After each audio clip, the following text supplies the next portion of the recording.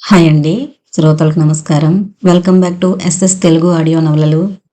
మన శ్రోతల్లో కొంతమంది సాడ్ నవలలు చదవద్దు అంటున్నారండి. కానీ అన్ని నవలలు కలిపే ఉంటాయి కదా! అన్నీ కథ సుఖాంతమయ్యే ఉండవు. మనం రోజు చూసే డైలీ లైఫ్‌లో కూడా కొంతమంది కష్టాలు పడుతూనే ఉంటారు జీవితాంతం. ఆ ఉద్దేశంతో నవలలు రాస్తున్నారు రచయితలు. నేను కూడా నాకు దొరికిన వాటిలో మంచి వాటిని ఎన్నిక చేసే చదువుతాను. సో, దయచేసి ఈ ఒక్క అంశాన్ని దృష్టిలో పెట్టుకోగలరు. ఇక నవల్లోకి వెళ్ళిపోదాం. ఈరోజు నేను చదివి వినిపించబోయే నవల 'సాగర సంగమం'. సి. ఆనందరామం గారు రచించారు. 1970లో వచ్చిందండి ఈ నవల. ఆనందం మూర్తిభవించినట్లుగా ఉంది కళాశాల కోలాహలం. రంగురంగుల సిల్కు చీరలు, నైలాను మెలమెలలు, పంజాబీ దుస్తులు, కొన్ని బురకాలు, మరికొన్ని ఫ్రాకులు హడావిడిగా అటు ఇటూ తిరుగుతున్నాయి. కొంతమంది అమ్మాయిలు తమ పైట చెంగుకు వాలంటీర్ బ్యాడ్జీ తగిలించుకుని వచ్చిన వారందరినీ ఆహ్వానించి కూర్చోబెడుతున్నారు. ఆదివారం మా కాలేజీ వార్షికోత్సవం, రాకపోతే చూడు అని నిరంజని వారం రోజుల నుంచి సుధాకర్ని రోజూ హెచ్చరిస్తోంది. ఆడవాళ్ల కాలేజీకి నేనెందుకు అన్నాడు విసుగ్గా. అతడికి తగని మొహమాటం. మహా మొగధీరుడు బయలుదేరవలేదు.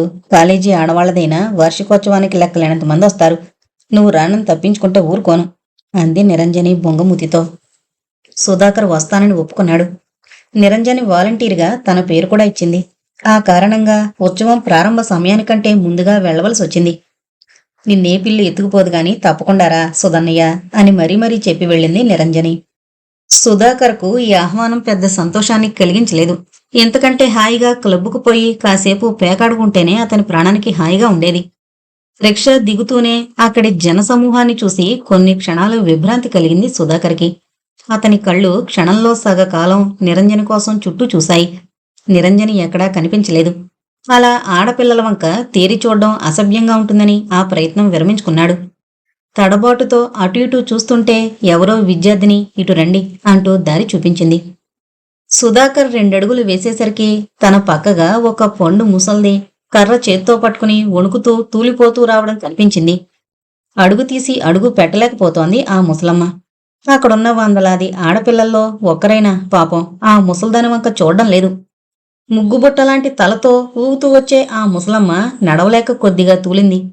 వెంటనే సుధాకర్ ఆ ముసలమ్మ పక్కగా వచ్చి, అవగారు నేను తీసుకువెళ్తాను రండి అంటూ ఆవిడ చేయి పట్టుకున్నాడు.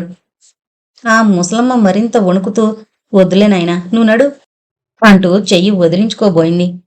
కాని సుధాకర్ ఆమె చెయ్యి వదలకుండా, పర్వాలేదవ్వగారు, నేను కూడా మీ మనవణ్ణి అనుకోండి, రండి రండి అంటూ ఆవిడ్ని నడిపించసాగాడు. నూరేళ్లు వర్ధిల్లు తండ్రి అంది ముసలమ్మ అతని వెనకనే నడుస్తూ. తమ వెనకనే జేబురుమాలు నోటికి అడ్డం పెట్టుకుని ముసుముసుగా నవ్వుకుంటున్న ఆడపిల్లల్ని చూసేసరికి సుధాకర్కు అరికాలమంట నెత్తికొచ్చింది. వీళ్ళు సహాయం చేయరు, పైగా సహాయం చేసేవాళ్ళని చూసి నవ్వుతారు అనుకున్నాడు కసిగా. కొద్ది దూరంలో నిరంజని కనిపించింది. ప్రాణం లేచొచ్చినట్లయింది సుధాకర్కు. నిరు అన్నాడు. ఎవరితోనో మాట్లాడుతున్న నిరంజని సుధాకర్ వంక తిరిగి ఒక్కసారి నిర్ఘాంతపోయి ఇదేంటి అంది. మానవ ధర్మం అన్నాడు సుధాకర్ రొమ్ము విరుచుకుని. నిరంజని పక్కాలను నవ్వింది. అక్కడున్న చాలామంది ఆడపిల్లలు కొంతమంది ముసిముసిగా నిరంజనితో శృతి కలిపారు. సుధాకర్కు ఉడుకుమొత్తనం రోషం పెరిగిపోయాయి. ఎందుకొచ్చిన చదువులు, సంస్కారం లేకపోయాక కోపంగా అన్నాడు. సుధాకర్ కోపానికి కూడా నిరంజని దగ్గర నుంచి పెద్ద నవ్వే సమాధానమైంది. సుధాకర్ చిరాకు పడ్డాడు.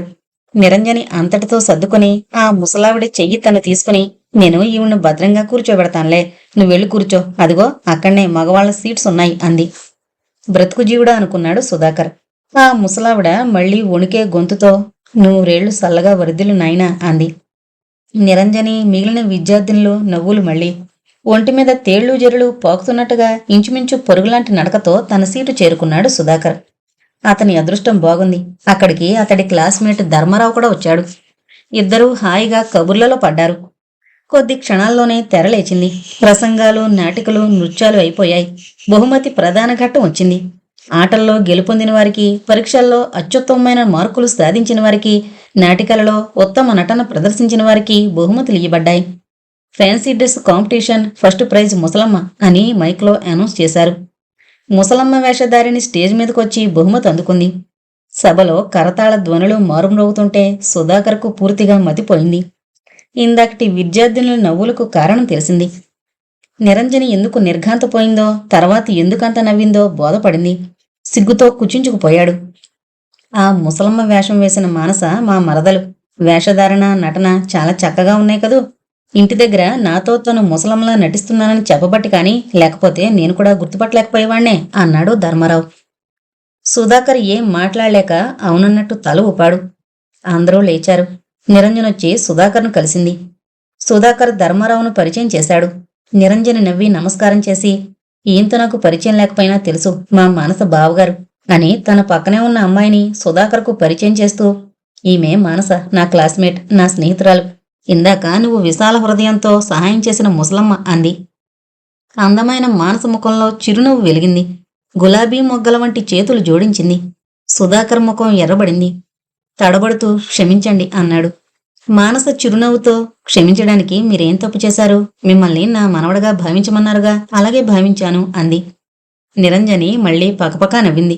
విషయం తెలియని ధర్మారావు ఆశ్చర్యంగా ఏం జరిగింది అన్నాడు. మానస నవ్వుతూ జరిగింది వివరించేసరికి అతడు కూడా హాయిగా పకపకా నవ్వాడు. పాపం, అసలే సంకోచపడే స్వభావం గల సుధాకర్ పరిస్థితి మరీ దయనీయంగా తయారైంది. ఇక మేం సెలవు తీసుకుంటాం, రా సుధన్నయ్య అంది నిరంజని. ధర్మారావు అడ్డు తగిలి తన కారులో వారిద్దరినీ డ్రాప్ చేస్తానని అన్నాడు. మొదట నిరంజని, సుధాకర్లు మొహమాట పడ్డారు. కాని మానస కూడా గట్టిగా బలవంత పెట్టేసరికి ఒప్పుకున్నారు. కారు డ్రైవ్ చేస్తూ ధర్మారావు, మానస, నీ వేషధారణ, నటన అద్భుతం అనడానికి ఇంతకంటే పెద్ద నిదర్శనం ఏం కావాలి అన్నాడు. సుధాకర్ ఇంకా సిగ్గుపడుతూ, నాకు కొంచెం కూడా అనుమానం కలగలేదు, చాలా సహజంగా ఉంది అన్నాడు. ఇప్పటికి 3 ఏళ్ల నుంచి మానసదే ఫస్ట్ ప్రైజు. ప్రతి ఏడాదినూ. లాస్ట్ ఇయర్ కూరగాయలమ్మిగా వేషం వేసింది.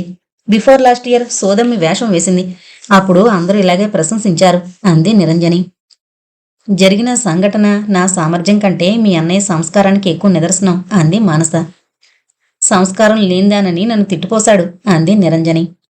నిజంగా నీరు, అప్పుడు మీ అన్నయ్య చూపించిన ఆప్యాయత తలుచుకుంటే ఇప్పటికీ చాలా గౌరవం కలుగుతుంది. మీది చాలా జాలిగుండె సుధాకర్ గారు అంది మానస. ధర్మారావు అందుకొని, ఇంకా మెల్లగా అంటావా? నవనీతం, కాలేజీలో కూడా వీడి సోషల్ సర్వీస్ కంతుండదు. ఇంతమంది ఇన్ని విధాల సహాయం చేస్తాడు. కాని మొన్న పరీక్షల్లో కామిసానికి ఒక్క ప్రశ్నకు సమాధానం చెప్పమని ఎంత దీనంగా బ్రతిమాలుకున్నా వీడి గుండె కరగలేదు అన్నాడు. ఎరా ధర్మం, అది నా అంతరాత్మకు విరుద్ధమైన పని. కొన్ని సందర్భాలు జాలి చూపించకుండా ఉంటాయి. ఇది అలాంటిది. ఇక్కడ జాలి చూపడమే అన్యాయం అన్నాడు సుధాకర్. క్రమంగా సుధాకర్, ధర్మారావులు వాళ్ళ కాలేజీ కబుర్లలో పడిపోయారు. ఇంతలో నిరంజని ఇల్లు సమీపించింది. ధర్మారావు కారు ఆఫ్ చేశాడు.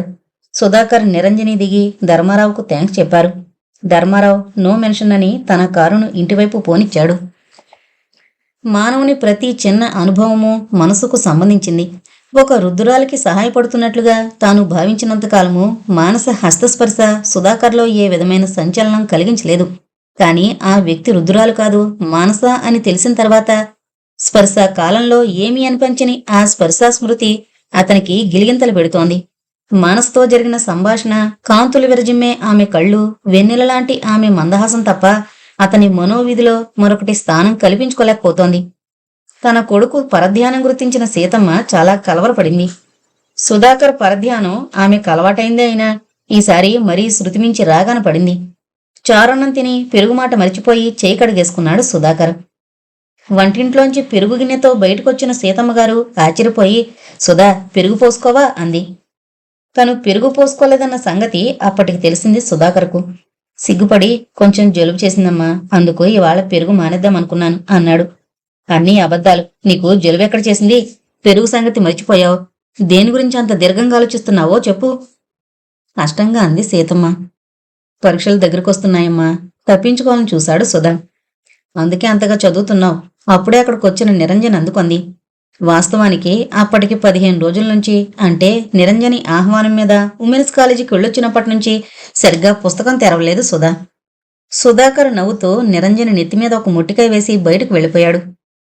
చూడు నీరు, ఈ మధ్య వీడి ధోరణి ఎలా తయారైంది అంది దిగులుగా సీతమ్మ. నిరంజన్ నవ్వుతూ, పెళ్లి చేసే పిన్ని, అన్ని రోగాలు కుదిరిపోతాయి అంది. సీతమ్మగారు ఉలిక్కిపడి, అదేంటి నీరు, మొన్న మీ కాలేజీకి వచ్చినప్పుడు ఏమైనా జరిగిందా? అప్పటినుంచే బొత్తిగలా తయారయ్యాడు అంది. నిరంజని తెల్లబోయింది. ఆ పై మాటలామె కేవలం నవ్వులాటకంది. తన పిన్నతల్లి ఇలా మాట్లాడగానే నిరంజని మనసులో మానస మెదిలింది. సౌందర్యానికి నిర్వచనం మానస. ఆమె ఎవరి హృదయాన్నైనా ఆకర్షించగలదు. కొంపదీసి సుధన్నయ్య తన హృదయంలో మానసను ప్రతిష్ఠించుకోలేదు కదా.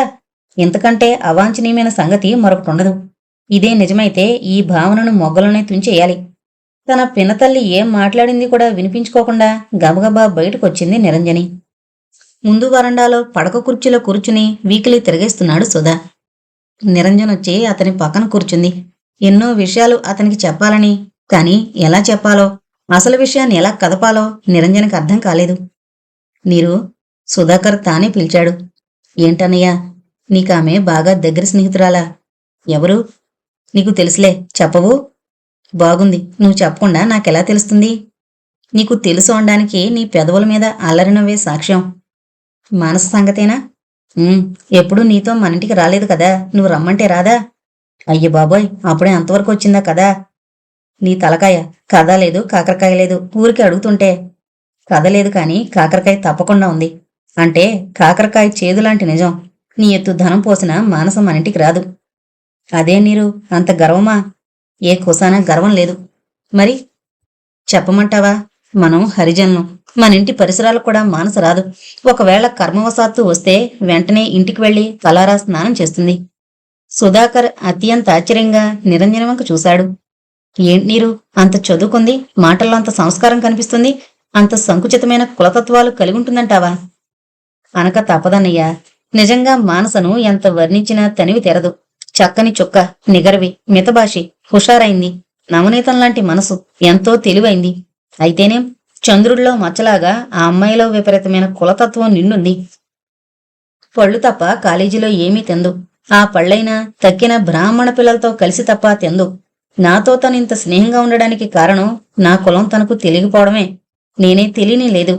చాదస్తం అని మేం వెకిరిస్తే అలాగే అనుకోండి, ఆ విషయంలో నన్ను వదిలేయండి అంటుంది నవ్వుతూ. ఒకరోజు ఏదో పుస్తకం కావాల్సొచ్చి తనతో కాలేజీ నుంచి వాళ్ళింటికి వెళ్ళాను. తను లోపలికి వెళ్లకుండా బయటే నిల్చుని వాళ్ళ అమ్మగారిని పుస్తకం అందిమంది. నేను ఆశ్చర్యంతో కారణం అడిగాను. కాలేజీ బట్టలతో ఇంట్లోకి వెళ్ళను, ఈ బట్టలు మార్చి స్నానం చేసి అప్పుడు లోపల తిరుగుతాను. మా అమ్మకు చాలా మడి ఆచారం. తన ఆచారం నేనెందుకు పాడు చెయ్యాలి? అదీకాక ఎవరి సాంప్రదాయం వారు అనుసరించాలనే నా మతం, అందులోనే అందముంది అని సమాధానం చెప్పింది. విభ్రాంతితో ఇంకేమీ వాదించలేకపోయాను. రోజు తను అలాగే చేస్తుందట. ఇప్పుడు చెప్పన్నయ్యా, మానసను మనింటికి తీసుకురావడం సాధ్యమవుతుందా? ఇలాంటి ఆలోచనలు రానీకు. సుధాకర్ కళ్ళు భారంగా మూతలు పడ్డాయి. నీరు అన్నాడు కష్టంగా. నిజమన్నయ్యా, మానస మనింటికి రాదు. ఇంకో సంగతి నిరంజన్ అంది. చెప్పు, కుతూహలంగా అడిగాడు సుధాకర్. ధర్మారావు గారు నీకు తెలుసుగా, ఆయన మానసకు మేనత కొడుకు. మానస మాటలను బట్టి వాళ్ళిద్దరి మధ్య అనురాగం ఉందేమనిపిస్తోంది. నిజమా? నాకు తెలీదు, అలా అనిపించింది. సుధాకర్ తన తల 2 చేతులతో గట్టిగా పట్టుకున్నాడు. నిరంజని ఆ చేతులను తొలగించి తన చేతుల్లోకి తీసుకుని ఆ ఆకాశంలో చందమామ కావాలని ఆరాటపడ్డం పసివాళ్ల లక్షణం అన్నయ్యా. పిచ్చివాళ్లు తప్ప జ్ఞానం వచ్చిన వాళ్ళెవరూ అలాంటి కోరికలు కలగనీయరు. నీకు చెప్పేపాటి విజ్ఞానిని కాదు, ఆలోచించుకో అంది అనునయంగా. కాదు నీరు, నేను పిచ్చివాణ్ణనుకున్నా నాకు బాధ లేదు, కాని నాకు ఆ చందమామ కావాలి. ఆ చందమామను నా దగ్గరకు తెచ్చుకుంటాను, లేక నేనైనా చందమామ దగ్గరకు వెళతాను. ఏమో నీరు, నేనేం మాట్లాడుతున్నానో నాకే అర్థం కావడం లేదు, నువ్వెళ్ళు జీరబోయిన గొంతుతో అన్నాడు సుధాకర్. నిరంజని గుండెల్లో రాయి పడింది. సుధ ఈ విషయంలో ఇంత లోతుకుపోయాడని ఆమె ఊహించలేదు. మానస వంటి సౌందర్యవతిని చూసి ఏదో మానవ సహజంగా కలలు కంటున్నాడు అనుకుంది. మానస గురించి వివరంగా చెప్తే ఆ కలలు కరిగిపోతాయని ఆశించింది. కాని ఇంత క్షోభ పడతాడనుకోలేదు. ఏం చెయ్యాలో తోచక సీతమ్మతో చెప్పి దిగులుగా తమింటికి బయలుదేరింది. రాత్రి 10 గంటలైంది. భోజనాలు పూర్తి చేసి అందరూ నిద్రపోతున్నారు. చీపురు చప్పుడు వినిపించి మానస పక్క మీద నుంచి లేచొచ్చింది. అన్నపూర్ణమ్మ గారు వంటిలు కడుక్కుంటున్నారు. అమ్మా, ఇంత వయసొచ్చి నీకెందుకీ యాతన? నువ్వివతలకురా, నేను కడుగుతాను అంటూనే 2 అడుగులు ముందుకు వేసింది మానస. అన్నపూర్ణమ్మ గారు గాబరా పడిపోతూ, మానస, నువ్వు లోపలికి రావద్దు, నేను కడుక్కుంటాను, నువ్వు పోయి పడుకో అంది. మానస ఆగిపోయి, అదేమమ్మా, నీ మడికి నేను కూడా పనికిరానా అంది. ఆమె కంఠధ్వనిలో ఏదో ఆవేదన అవ్యక్తంగా ధ్వనించింది. వెంటనే అన్నపూర్ణమ్మ గారు చేతి చీపురు కింద పడేసి బయటకొచ్చి కూతుర్ని దగ్గరగా తీసుకుని ఆర్ద్రకంఠంతో, అయ్యో ఎంత మాటన్నావే, నాకు లోకమంతా నీ తర్వాతే, ఆ ఒక్క దేవుడి గది మాత్రం నా కోసమని కేటాయించుకున్నాను. నువ్వు వీల్లేదంటే అది కూడా వదిలేస్తాను అంది. ఆమె కంఠస్వరంలోనూ ఏదో గంభీర విషాదం దోబూచులాడింది. మానస కరిగిపోయింది. వద్దమ్మా, ఊరికే నువ్వు కడుక్కుంటుంటే చూడలేక అన్నాను. నీకెలా తృప్తిగా ఉంటే అలాగే చేసుకో అంటూ వెళ్ళి మంచం మీద పడుకుంది.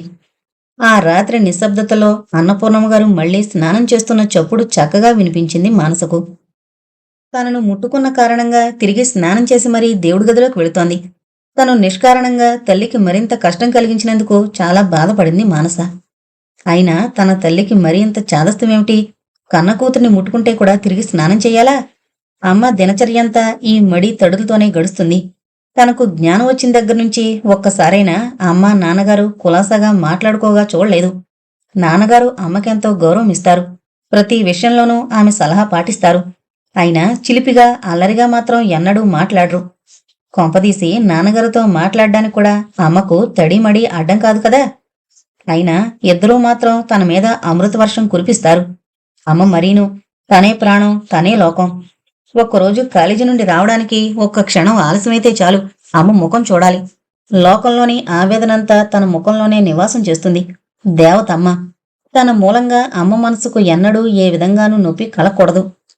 తను కాలేజీ నుండి వచ్చి బట్టలు మార్చుకుని స్నానం చేసి మరీ లోపలికొస్తే అమ్మ నవ్వుతూ, ఈ చాదస్తాలన్నీ నాలో జీర్ణించుకుపోయి ఎలానూ నన్ను వదలవు, నువ్వు కూడా ఎందుకు అంటుంది. మరి కాలేజీ బట్టలతో వస్తే ఇంట్లో తిరగనిస్తావా? ఆశ్చర్యంగా అంది తను. ఇల్లంతా నీ ఇష్టం, ఎలా తిరిగినా నేనేం అడగను. నా దేవుడి గది మాత్రం నాకు వదిలేయి చాలు అంది. అమ్మ అలా అనడానికి తన మీద వాత్సల్యమే కారణమని తన ఊహ. అయినా అమ్మ అలా అన్నంత మాత్రాన తను అమ్మకిష్టం లేని పనులు చేయగలదా? సాయంత్రం కాలేజీ నుండి వచ్చి స్నానం చేస్తుంటే అమ్మ కళ్ళల్లో ఎంత హుషారు. ఇంకా నిద్రపోలేదా మానస? పీట తల కింద పెట్టుకుని కటిక నేల మీద నడుము వాల్చబోతూ అడిగారు అన్నపూర్ణమ్మగారు. తన తల్లి అలా పడుకోవడం మానస ఎంతమాత్రం సహించలేదు. అయినా ఆమె అసక్తురాలు. ఎన్ని విధాల మానస ప్రయత్నించినా తల్లిని మంచం మీద కాని పొరుపు మీద కాని చివరకు చాప మీద కాని పడుకోబెట్టలేకపోయింది. ఒకరోజు మానస తను కూడా కింద పడుకుని, నువ్వు మంచం మీద పడుకుంటేనే కాని నేను పడుకోను అని పట్టుబడితే అన్నపూర్ణమ్మగారు ఎన్ని విధాల లాలించి బొజ్జగించినా మానస తన పట్టు విడవలేదు. చివరకు అన్నపూర్ణమ్మగారు విసికి, మానస, నువ్వు కింద పడుకోవడానికి వీల్లేదు, లేచి మంచం మీద పడుకో అని ఆజ్ఞాపించింది. అన్నపూర్ణమ్మగారు సాధారణంగా ఎవరినీ ఆజ్ఞాపించదు. ఎప్పుడూ వెన్నెలవలే మందహాసం వెలిగే ఆమె ముఖం గంభీరమైన శాంత దృఢస్వరంతో ఆజ్ఞాపించినప్పుడు మాత్రం ఆ ఆజ్ఞను కాదనే శక్తి ఆ ఇంట్లో ఎవరికీ ఉండదు. మానస అంత పట్టుదల ఏమైపోయిందో వెంటనే లేచి మంచం మీదకొచ్చేసింది. ఇవాళ తల్లి కటిక నేల మీద పడుకుంటుంటే మళ్లీ మానసకెంతో కష్టం కలిగింది. వద్దని చెప్పే సాహసం మాత్రం లేదు. అమ్మా, నువ్వన్ని విషయాల్లోనూ ఎంతో సంస్కారం కలదానివిగా ప్రవర్తిస్తావు. ఇంత తీవ్రమైన మడేంటమ్మా అంది. ఏం, ఇలా మడిగా ఉండడం సంస్కారం కాదంటావా అంది అన్నపూర్ణమ్మ. ఎవరిని ముట్టుకోకూడదు అనడం, ముట్టుకుంటే స్నానం చెయ్యాలండం, కులతత్వం ఇదంతా సంస్కారం అంటారా? సంస్కారమని దేన్నంటారో దేన్ననరో మీకు తెలియదే మానస. కాని నేను హిందూ కుటుంబానికి చెందిందాన్ని. ప్రాచీన హైందవ సాంప్రదాయానుసరణే నా లక్ష్యం. కుల విభజన మన జాతీయ జీవన విధానానికి తగింది. ఇన్ని కులాలున్నాయి, ఏదెక్కువ ఏది తక్కువ అన్న ప్రశ్న లేదు. దీని ఎక్కువ దాంది. ఎవరి ఆచారాలు వాళ్లవి. వాళ్ళ వాళ్ళ మనస్తత్వాలను బట్టి, అనుసరించే జీవన విధానాన్ని బట్టి ఆచారాలు సాంప్రదాయాలు ఉంటాయి. నాకు కులం పట్టింపు లేదు, అంతా ఒకటే అని నోటితో అంటూ ప్రవర్తనలో మాత్రం కులపక్షపాతం చూపించే వాళ్ళందరినీ ఏమంటావు? ఒక విధానం నాకు అలవాటైంది. అది అమాంతంగా మార్చుకోవలసినంత దోషం కాని అవసరం కాని నాకు అందులో కనిపించలేదు. ఇంకో కులం వాళ్ళు ముట్టుకోను నిజమే, కాని నా మనసుకు మాత్రం ప్రపంచంలోని వ్యక్తులందరూ సమానమే. అందర్నీ ఒక్కలాగే అభిమానిస్తాను. ధర్మము కాలాధీనం. కాని అన్ని ధర్మాలకు అతీతమైంది హృదయం. దీనిని నీ గురువుగా స్వీకరిస్తే నువ్వెప్పుడూ న్యాయ మార్గంలోనే నడుస్తావు. ఈ ఆచారాలు వదిలేయడానికి నా హృదయం అంగీకరించదు. అత్యంత సున్నితమైన నా హృదయాన్ని క్షోభింపజేసి కులతత్వాల్ని ఆచార సంప్రదాయాల్ని వదులుకోవలసిన అవసరం ఏమొచ్చింది చెప్పు? ఇంకో సంగతి, ఇదంతా కేవలం నా ఒక్కదానికే సంబంధించింది. ఇంకెవర్ని, చివరకు నిన్ను కూడా నేను ఇదే మార్గంలో నడవమని శాసించను. మీకు న్యాయమంతోచిన మార్గంలో మీరు నడవండి. ఇంకా మాట్లాడవలసిందేమీ లేనట్లు అటు తిరిగి కళ్ళు మూసుకున్నారు అన్నపూర్ణమ్మగారు. మానస కూడా విధిలేక కళ్ళు మూసుకుంది. కాని తిరిగి తిరిగి తల్లన్న మాటలే ఆమె గుండెల్లో ప్రతిధ్వనిస్తున్నాయి. తను తన తల్లిని అనుసరించకపోయినా ఆమె అభ్యంతర పెట్టదు. కాని తన తల్లిని వ్యతిరేకించడమే, అమ్మో, జన్మలో అలాంటి పని జరగదు. అయినా కులతత్వం హైందవ జాతీయ జీవన విధానంలో జీర్ణించుకుపోయింది. విదేశీయ పరిపాలన ప్రభావం వల్లనే ఇది దురాచారమనే అభిప్రాయం ప్రజల్లో వ్యాప్తమైంది. కానీ మొదట్నుండి ఇటువంటి కులాచారాలను పాటించుకుంటూనే మన వారంతా సుఖ సంతోషాలతో నివసించారు. విదేశీయులను అన్ని విధాలా అనుకరిస్తున్నాం మనం. ఎందుకు అనుకరించాలి? ఎవరి అలవాట్లు, ఎవరి సాంప్రదాయాలు ఎవరు వదులుకుంటున్నారు? ఒక్క మనం తప్ప. వెంగళప్పల్లా ఎవరిని పడితే వారిని అనుకరించడానికే తయారవుతున్నాం. ఈ ఆలోచనల మధ్య ఎప్పుడో నిద్ర పట్టేసింది మానసకు. రాత్రి భోజనాలైన తర్వాత మానస మంచం మీద పడుకుని ఏదో నవల చదువుకుంటోంది. మానస అని పిలిచిన ధర్మారావు గొంతుకు వినిపించి ఆశ్చర్యంగా లేచి కూర్చుంది. ఆ సమయంలో సాధారణంగా ధర్మారావు ఎప్పుడూ మానస గదిలోకి రాడు. దానికి తోడు అతని ముఖం ఎప్పట్లా ప్రశాంతంగా లేకుండా అదొక మాదిరిగా ఉండడంతో మానస అతని వంక వింతగా చూస్తూ, ఏం కావాలి బావా అంది. నువ్వు కొంచెంసేపు డాబా మీదకి రాగలవా? ధర్మారావు గొంతు వణికింది. మానస మరింత తెల్లబోయింది. వెంటనే లేచి అమ్మనడుగొస్తాను అని వంటింట్లోకి వెళ్ళింది. ధర్మారావు ముఖం కొద్దిగా నల్లబడింది. చేతులు వెనక్కి పెట్టుకుని అశాంతిగా అటు ఇటూ తిరగసాగాడు. కొద్ది క్షణాల్లోనే మానసొచ్చి అమ్మ వెళ్ళమంది రా అంటూ తనే పైకి దారి తీసింది. ద్వాదశ చంద్రుని చల్లని కాంతులలో పైకి పాకిపోయిన మాధవీలత నీడలు దోబుచ్చులాడుతుంటే ఇద్దరూ డాబాపైన కూర్చున్నారు. నాతో కొంచెంసేపు ఇక్కడికి రావడానికి కూడా అమ్మనడగాల మానస అన్నాడు ధర్మారావు. అతని గొంతు జీరలో అతని హృదయంలోని ఆవేదన స్పష్టంగా ప్రతిబింబిస్తోంది. ఇంత చిన్న విషయానికి బావ ఎందుకింత బాధపడాలో మానసకు అర్థం కాలేదు. ఇందులో తప్పేముంది? అమ్మనడకుండా ఏ పనైనా చేశానా బావా? ఒకవేళ అత్తయ్య నిన్ను పైకి వెళ్ళొద్దందే అనుకో, అప్పుడు మానేస్తాను నిశ్చింతగా అంది మానస. ధర్మారావు ముఖం పూర్తిగా నల్లబడింది. లోగుంతుకుతో అంతేనా? పోనీ కనీసం రాలేకపోయినందుకు బాధపడతావా? మానసకి ఈ సంభాషణంతా అయోమయంగా ఉంది. నువ్వివాళ చాలా చిత్రంగా మాట్లాడుతున్నావు బావా. ఎందుకిలా నన్ను ఇరుకుని పెడుతున్నావు? చాలా చిన్నప్పటినుంచి మనం కలిసిమెలిసి తిరుగుతున్నాం మానస. అయినా ఇప్పటికీ నిన్ను సరిగ్గా అర్థం చేసుకోలేకపోతున్నాను. అంత తల పగలగొట్టుకోవాల్సిన అర్థం కాంది ఏముంది బావ నాలో? అయినా ఒకవేళ అర్థం కాకపోయినంత మాత్రాన కొంప మునిగిపోయేదేముంది? ధర్మారావు బరువుగా నిట్టూర్చాడు. నువ్వు ఎదుటి వ్యక్తుల్ని బొత్తిగా అర్థం చేసుకోలేవు మానస అన్నాడు. మానస ధర్మారావుకి అభిముఖంగా కూర్చుని మాట్లాడుతున్నదల్లా గిరుక్కున వెనక్కు తిరిగింది. ఎంతకు మానస దగ్గర నుండి ఏ సమాధానం రాకపోయేసరికి ధర్మారావు మళ్ళీ మానస అని పిలిచాడు. అప్పటికీ మానస దగ్గర నుండి సమాధానం రాకపోవడంతో ధర్మారావు చటుక్కున కూర్చున్న చోటు నుండి లేచి మానస పక్కగా వచ్చి తన చేతులతో ఆమె ముఖాన్ని తన వైపుకు తిప్పుకొని నీళ్లు నిండిన ఆమె కళ్ళు చూసి ఆశ్చర్యంతో బాధతో, నిన్నింత నొప్పించానా మానస అన్నాడు. ఆశించని ఈ హఠాత్ సంఘటనకు మానస విచలితురాలై వణికిపోతూ తన ముఖాన్ని ధర్మారావు చేతుల నుండి తొలగించుకుని అక్కడి నుంచి లేచి గోడ కానుకుని నిలబడింది. ధర్మారావు తను కూడా లేచి ఆమెకు కొంచెం దగ్గరగా వచ్చి, నన్ను క్షమించు మానస, ఇంకా కిందకు పోదాం పద అన్నాడు. మానస తలెత్తి కళ్ళు తుడుచుకుని, ఎంతకో నువ్వు నన్ను పైకి పిలిపించి నన్ను తెలివి తక్కువ దానిని దెప్పి ఉడికించడానికా అంది. ధర్మారావు పోబోతున్నవాడు ఆగి ఆశ్చర్యంగా మానస ముఖంలోకి చూశాడు. ఆమె కన్నీటికి కారణం కేవలం ఉడుకుమోత్తనమే అని అర్థమైన తర్వాత అతని గుండెల్లోంచి కొండంత బరువు దింపినట్లయింది. ఇప్పటికీ నేను చెప్పదలుచుకుంది నీకు అర్థం కాలేదా అన్నాడు నమ్మలేనట్లు. నేను తెలివి తక్కువ దానని నువ్వే అన్నావుగా రోషంగా అంది మానస. ధర్మారావు నవ్వి, నాకు మెడ్రాసులో ఉద్యోగం అయింది అన్నాడు. అది చెప్పడానికా ప్రత్యేకం ఇక్కడికి లాక్కొచ్చావు? ఆ సంగతి నాకు తెలిసిందేగా. అది కాదు, ఇంకా సస్పెన్సేనా? ధర్మారావు ఏం మాట్లాడకుండా అటు ఇటు తిరగడం మొదలు పెట్టాడు. మానస అసహనంగా తన చూపులతో అతనిని వెంబడించసాగింది. ధర్మారావు ఆగి మానస ముఖంలోకి చూస్తూ, నాతో నిన్ను కూడా మెడ్రాస్ తీసుకువెళదామని అనుకుంటున్నాను అన్నాడు. మానస నిర్ఘాంతపోయింది. అదెలా సాధ్యం? అమ్మ ఒప్పుకుంటుందా? నువ్వు నా భార్యమైనప్పుడు ఎవరు మాత్రం ఒప్పుకోకేం చేస్తారు? మానస, నిన్ను వదిలి ఉండాలనే ఆలోచనను కూడా నేను సహించలేకపోతున్నాను. నేను చెప్పదలుచుకుంది ఇంతే, నీ సమాధానం చెప్పు. మానస తల ఉంచుకుని అలాగే స్థాణువులా నిలబడింది. ఎంతకూ ఆమె దగ్గర నుండి ఎలాంటి సమాధానమూ రాకపోవడంతో ధర్మారావు తిరిగి, ఏదోటి మాట్లాడు మానస అన్నాడు. మానస నెమ్మదిగా తలెత్తి వణుకుతున్న గొంతుకుతో అంది, ఇలాంటి విషయంలో నా సమాధానం ఏముంటుంది బావా? అమ్మ సమాధానమే నా సమాధానం. అత్తయ్య సమాధానం గురించి నాకేం సందేహం లేదు, కానీ నువ్వు చెప్పేదేమీ లేదా? మానస తన కనురెప్పలు బరువుగా ఎత్తి లిప్త మాత్రం అతని కళ్ళలోకి చూసి రెప్పలు వాల్చుకుంది. సరే కిందకు పద అంటూ మెట్ల వైపు నడిచాడు ధర్మారావు. మానస మౌనంగా అతన్ని అనుసరించింది. ధర్మారావు తన నిర్ణయాన్ని అన్నపూర్ణమ్మ గారికి తెలియజేయగానే ఆవిడ నెత్తిన పిడుగు పడినట్లయింది. వీల్లేదు ధర్ము, మానస నీ భార్య కావడానికి వీల్లేదు. మీ మనసులో ఇలాంటి ఆలోచన రాకూడదని నేను జాగ్రత్త పడుతూనే ఉన్నాను. చివరకు భయపడినంత అయింది. మానస నీ భార్య కావడం పూర్తిగా అసంభవం ధర్ము అంది. ఆశించని ఈ సమాధానానికి ధర్మారావు ఒక క్షణం నిర్ఘాంతపోయాడు. మరుక్షణం అతనికి లోకమంతా గిరున తిరుగుతున్నట్లు అనిపించసాగింది. తనదేనని నిశ్చయంగా నమ్మిన మానస తనది కాకుండా పోతుందా? ఎందుకు? తనకేం తక్కువని? ఒక్కసారిగా అతనికేదో కారణం స్ఫురించింది. ఆ కారణం తోచగానే అతని హృదయం కసితోనూ అవమానంతోనూ భొగ్గున మండింది. పరుషకంఠంతో, నన్ను క్షమించత్తయ్యా. నా అంతస్తులు గమనించకుండా నా కోరిక బయటపెట్టడం నాదే పొరపాటు, నన్ను క్షమించు అంటూనే బయటకు నడిచాడు. ధర్ము, ధర్ము! నిలవలేక కూలబడిన అన్నపూర్ణమ్మ గారి గొంతు నుండి వెలువడింది పిలుపు కాదు, ఆర్తనాదం. చివరకు ధర్ము తననెంత నీచంగా అర్థం చేసుకున్నాడు అన్నదే ఆమె ఆవేదన.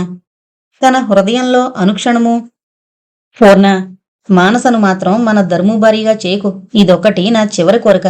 ఈ మాటలే ప్రతిధ్వనిస్తుంటాయి. తన అన్న మరణశయ్య మీదుండి తనను కోరిన చివరి కోరికది. అన్నకు ప్రమాదంగా ఉందని తెలిసి ప్రయాణమైంది తను. ఎక్కడ్నుంచో మానస పొరుగునొచ్చి కాళ్ళం చుట్టుకుంది. అప్పటికది 3 ఏళ్ల పాప. తన భర్త బలవంతంగా దాన్ని తీసుకెళ్లబోయారు. అది గోలపెట్టి ఏడ్చింది. సహించలేక తనే చేతులు చాచి మానసనందుకుని, అది నా కూతురు, నాతోటే అది ఉంటుంది అని మానసను తీసుకునే బయలుదేరింది. తాను చేరేటప్పటికే అన్న పరిస్థితి చాలా విషమించింది. ఈవాళో రేపో అనేలా ఉన్నాడు. తనను చూడగానే అన్న కళ్ళు మెరిశాయి. వచ్చావా పూర్ణ? నువ్వొస్తావని నాకు తెలుసునమ్మా. నువ్వు నిజంగా ఆ అన్నపూర్ణవే అన్నాడు. అదేంటన్నయ్య, నేను రాకేమవుతాను? నీకు పరాయిదాన్నా అంది.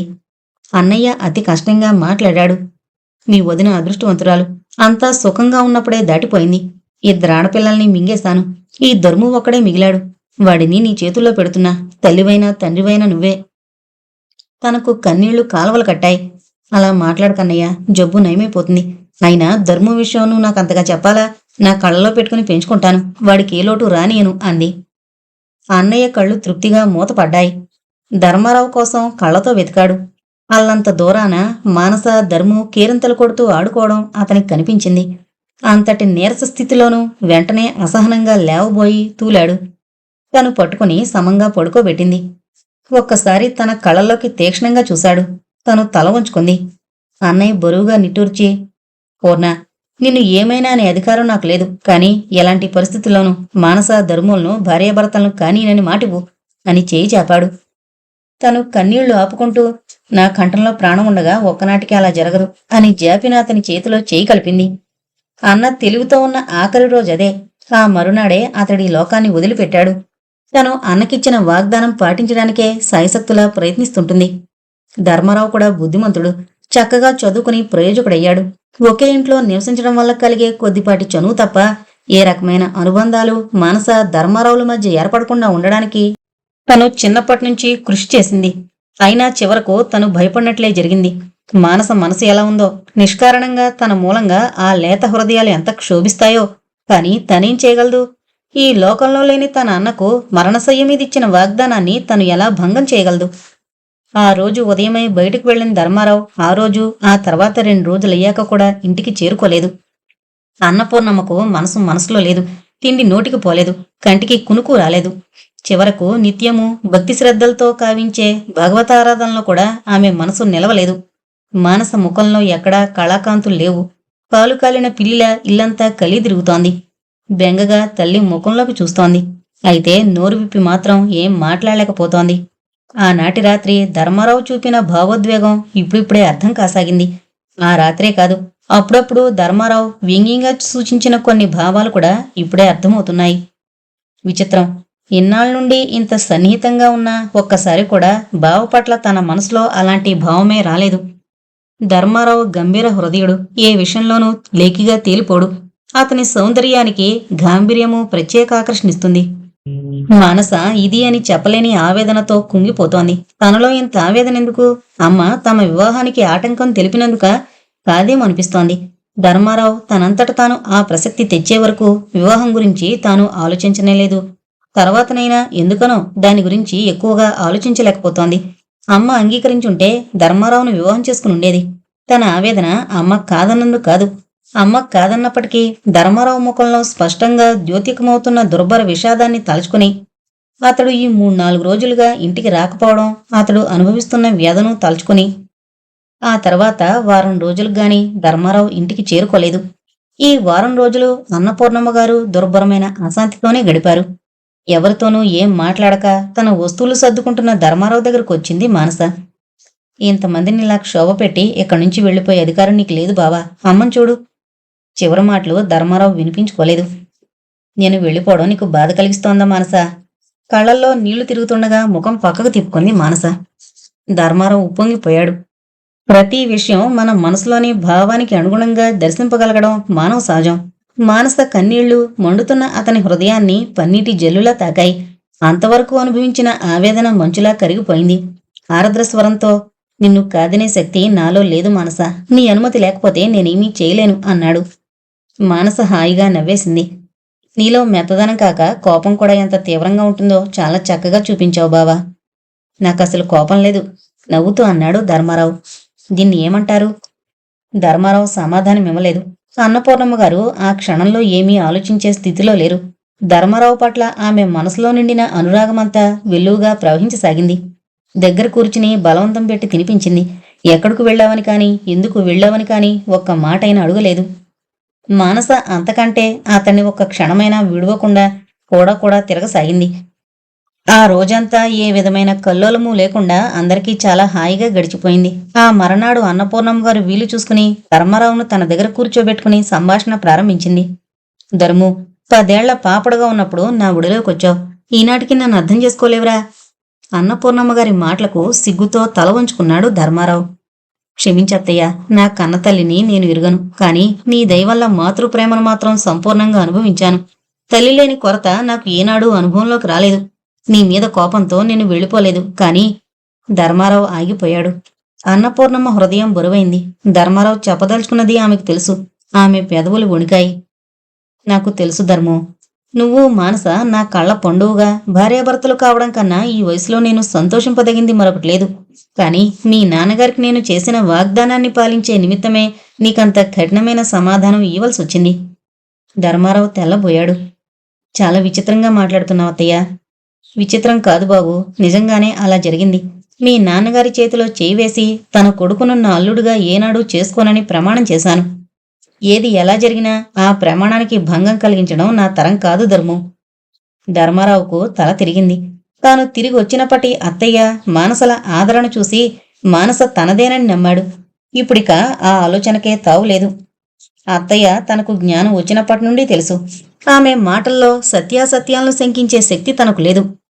అత్తయ్య, నాన్నగారు ఆ విధంగా కోరడానికి కారణమేమిటో నీకు తెలుసా? అన్నపూర్ణమ్మ గారి ముఖం వెలవెలపోయింది. తెలుసు, కాని చెప్పమని అడక్కు. పరిస్థితుల ప్రాబల్యం వల్ల తప్పనిసరైతే తప్ప ఆ సంగతులేవి నేను ఎక్కడా చెప్పదలుచుకోలేదు. ఇక సంభాషణ పొడిగించడం ఇష్టం లేనట్టు అన్నపూర్ణమ్మ గారు అక్కడి నుంచి లేచిపోయారు. ఒక్కసారి మానసతో ఏకాంతంగా మాట్లాడాలని ధర్మారావు విశ్వ ప్రయత్నం చేస్తున్నాడు. కాని సాధ్యపడడం లేదు. మానస ఎప్పుడూ తల్లి వెంటే ఉంటోంది. అన్నపూర్ణమ్మ గారి పక్కనున్న మానసను వెనకట్లా స్వతంత్రంగా పిలిచే ధైర్యం ధర్మారావుకు కలగడం లేదు. ఒక పక్కన తను మెడ్రాసులో డ్యూటీలో చేరవలసిన రోజు దగ్గరకు వస్తోంది.